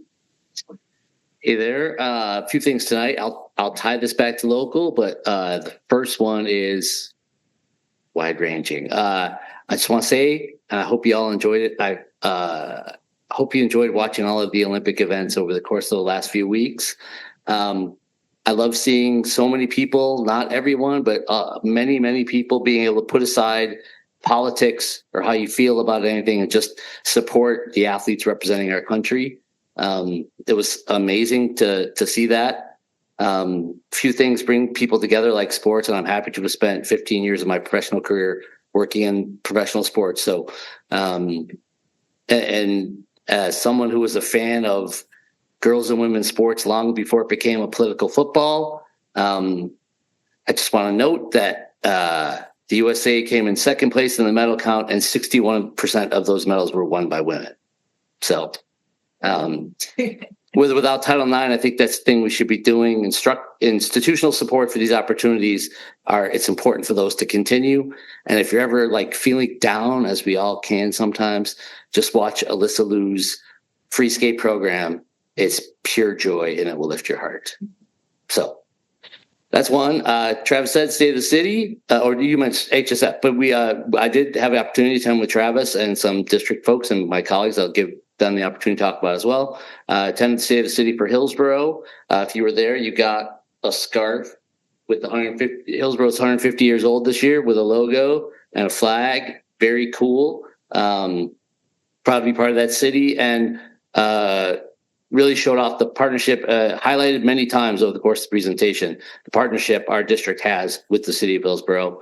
Would point out that another municipality we serve, Cornelius, will be having their State of the City on Wednesday, May 6th. Hopefully I will see you there. As Travis said, HSF Gala was great. It's awesome that they're building a strong bench. Kim Strelchin stepped in. Matt Brennan stepped in. State Senator Solomon was out sick. It carried on. It was amazing. Thank you to HSF for everything they do. I was glad to be able to be there with some of my colleagues, and thank you very much. Finally, I would like to announce tonight that I am running for the state representative in House District 29. As part of this amazing team, I've learned what it means to be a public servant and about the issues that we cannot address in this room. I'm grateful for the years of support of this body and how it continues with my current colleagues. Many of you have already signed an endorsement form of support, and if you haven't and you feel like it's the kind of thing you want to do, I do have them. So thank you so much for all the support all these years. I appreciate that. Thank you, Director Watson, Director Harding Mercado. I know it's a long one. Thank you. Okay, so shout out to HSF. It was an amazing gala. My husband joined me and he had lots of great things to say. And he never goes to like these kinds of events. So it was a lot of fun. And I really hope that they exceeded their donations by a lot. I got the opportunity to go visit 2 schools. Thank you, Audra, for inviting me and letting me join the tour that was actually meant for Katie, but I got to tag along. Shout out to those 2 schools. They were amazing. The 2 principals just rocked it. And there was 2 things that stood out the most to me. And one of them was the integration of social emotional learning in the classrooms. It was all over the walls. There was one boy, and I can't remember exactly how he said it, but he came up to me and said something along the lines of like, I can really focus now. Do you remember that? Yeah. It was the cutest thing. And he said it so confidently. And I don't know why he needed to tell me that, but I was like, you are just so full of self-awareness. And it was amazing. And it just reminded me about how important that social emotional learning and CASEL competencies are. And it's great to see that our classrooms are still integrating it in all content areas. And then the other part that stood out to me was our dual language. We got to go to WL Henry, and it was just amazing. It made me truly miss being in the classroom. It was just great seeing students, speaking Spanish, seeing staff that speak Spanish, and just our ESL students thriving. And like we said earlier, the strategic plan is just, we could see it in all areas and spaces, and we could see our focal students actually, engaging and thriving in all the ways that they should. So that was great. And it was 100 days of school. And I left feeling just thinking about my own kids, thinking, oh my gosh, it's been 100 days of school for them as well. And they had the certificate that they gave kids that said, you're 100 days smarter. And then I thought, not just that, they're 100 days more curious, more confident, and fill in the blank. It was really great. I left with that in mind and had to go tell my kids, congratulations. They didn't really care, but I was like, congratulations, it's 100 days. You're 100 days smarter. They're like, yes, thank you. And then the other thing I wanted to share was many of you have probably seen what's happening in the news with Mexico. And I just wanted to point that out. My family's from Guadalajara. And what you see in the news is one side of the story. And even though in the news you might see that things are getting better, it's not. And so I know a lot of our families that, not a lot, but several of our families have families that are over there. And it's not just in that particular city and other places. It's a scary thing. And it just, yeah, I just wanted to put that out there that what we see in the news is not entirely the whole story. And there's a lot happening there. And I worry that it's going to impact our families here as well. So my heart goes out to all of them. And then, yeah, shout out to Xavier and his student presentation. It was great to see all his moral support, especially. I didn't catch exactly what he said at the beginning, but I think his intention was to model that to his fellow colleagues and students that came to support him, because he said something along the lines of like, I want this to like create some action. And I think he's definitely doing that. And I appreciate him coming here to share his story. That's all. Thank you, Director Harding Mercado. Director Thomas? I forgot to mention that, yes, I did actually get to meet with our senators, both Wyden and Merkley, when we were in DC. And there was another congressman, and I can't think of who it was. Please forgive me. But anyway, so once again, I didn't have to see her. Yeah, I didn't have to go. It was another group went to her. Oh, yeah. So they had us divided up. That's really what it was. There were so many people that we had to see. So that everybody got divided up, so they got to meet with the people in DC.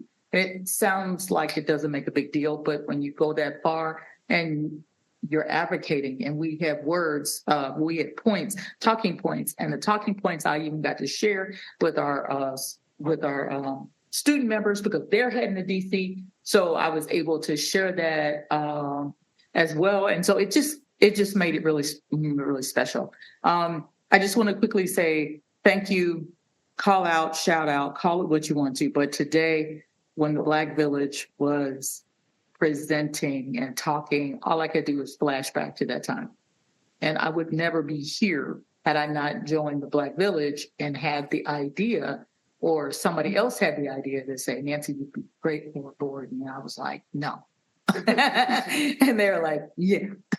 And here we are. So it really means a lot to me to see this. So Francesca, thank you for all of your work with them. The evolution has just been phenomenal. And I deeply, deeply appreciate that. Thank you. Thank you, Director Thomas. Director Ryan?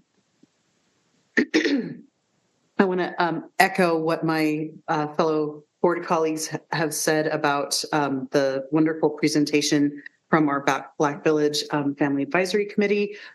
I just also want to acknowledge that during the shortest month of the year, that team put on a huge event for hundreds and hundreds of community members at the beginning of the month, and then had to rush around and rally and prepare this presentation for us at the end of the month. So I'm just in such sitting in such gratitude of the time that these parents are giving, the time and resources away from their own families and jobs in order to make this family advisory committee the really wonderful, inclusive place it is. And I'm grateful for the board leadership of that team, Francesca, and also for all of your team of staff for sure. And and also giving the students an opportunity to lead activities and opportunities. That was really wonderful to see. So I'm glad that the students are doing that. I also had a wonderful time at HSF, and I feel like Jessica said so many perfect encapsulating things about our school visits earlier this week, and which are open to everyone. Anybody can come. I just really like getting the next one on the calendar each time, as Audrey knows, and so we're just kind of always planning what is going to be the next thing. But it really helps to strengthen and build relationships with our individual schools, and it makes me feel so much closer to all of our feeders. So thank you for helping with that introduction. And with wonderful to see the classroom through the eyes of an educator. So thank you, both of you, for coming and extend the offer to everyone. And then finally, I know I said last time, high school plays, it's high school play season. What I didn't mention last time is Hill High is debuting Urinetown starting next week. And our own student representative, Jocelyn, who is not here, but just point to her name. Yeah.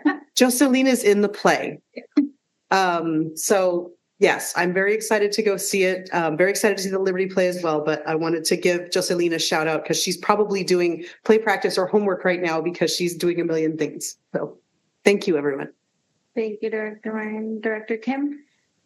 Just a few comments. Also want to appreciate everyone who came to speak tonight. It takes a lot of courage to go up onto that podium. And so to the young 10, 11-year-old kids, to our high school students, just really appreciate just the comments tonight. Also really loved the presentations and the dynamic presentations or performance. I don't know what to call it. Just, yes, the road show. Sign me up for the next one. No, just really appreciate just all of the information and the work that you all are doing day in and day out. Had a great time going to Rosedale and WL Henry. I was surprised. I think it caught me off guard because I'm around little kids all the time. How big 5th and 6th graders are. I walked into that classroom and I felt tiny because I was like, oh my gosh, they're big. So they're just so much taller. And yeah, it was very impressive. But one thing I really appreciated and that stood out to me as we were reviewing the strategic plan update today is around specifically the attendance rate. Principal Pierce had shared with us that what they've been doing at Rosedale to increase attendance is to really take it down to kind of bite-sized portions at a time. And they've made it really fun where they have Superhero Mondays, is it? Where Principal Pierce and, another admin dress up as superheroes and go around and really make it a celebration for the week prior, so that it doesn't feel like an all or nothing type of a thing. Like, oh, if I can't get perfect attendance all year, then I'm just going to give up and, whatnot. But really breaking it down into kind of bite-sized chunks to where they feel like it's achievable. And I just thought, wow, that's awesome. Like, great. Just throw on a cape and go through Zoom through the classrooms. Like, it's just all of these creative solutions that are coming from our cabinet level all the way down to our schools and our individual classrooms is really encouraging to see. So just want to appreciate all of our staff, all of our admin, all of our cabinet members for the work that you all do day in and day out. So thank you. Thank you, Director Kim. I want to start by thanking the cabinet team for all the work that you do and the work that you continue to spearhead this district into the best district we can be. Wanted to say thank you to my fellow board members for all the work that you do and the work that you continue to do. And thank you, Director Thomas, for all the work that you do at the state level. And I'm very, very grateful to have you as part of our board. And I am thankful to have you as someone I can look up to and learn from. And I wanted to say thank you to the parents and community members who came and spoke to us, and especially our students. It's sometimes it just takes one student to stand up and speak, and it will inspire other kids to do the same thing, which is amazing. Thank you to Hazel for being one of our student representatives. I got to attend the state of the city for the city of Hillsboro, and they shouted out Travis, Beth, and Brooke for all the incredible work that you do in the partnership that you do with them. And I got to see Nicole. I didn't get to say hi because there's so many people, but Nicole was there. She's part of the YAC program, and also our former student representative from last year, Gwen. She was there, and it was nice to see her. And I was like, wait, what are you doing here? But I realized she graduates this year. She was a junior last year. It's amazing to see what our students are capable of doing, and what Nancy saw in BC with a former HSD student as well. So it's really incredible. And HSF was a fun time as well. And hopefully they raised so much money too. And on another note, on a personal note, I should preface with saying Mark and I are not in a competition. We did talk about this discussion. We talked about this before, but I'm happy to join Mark in this arduous journey that is campaign life, because I myself will be running for Hillsboro City Council this coming fall, and I'm really excited about it. And we'll see what happens. Until further, I'm still here, and I'm learning, and I'm proud to be part of this board and part of everything that we all get to do. So thank you. And with that, I adjourn this meeting at 9:45.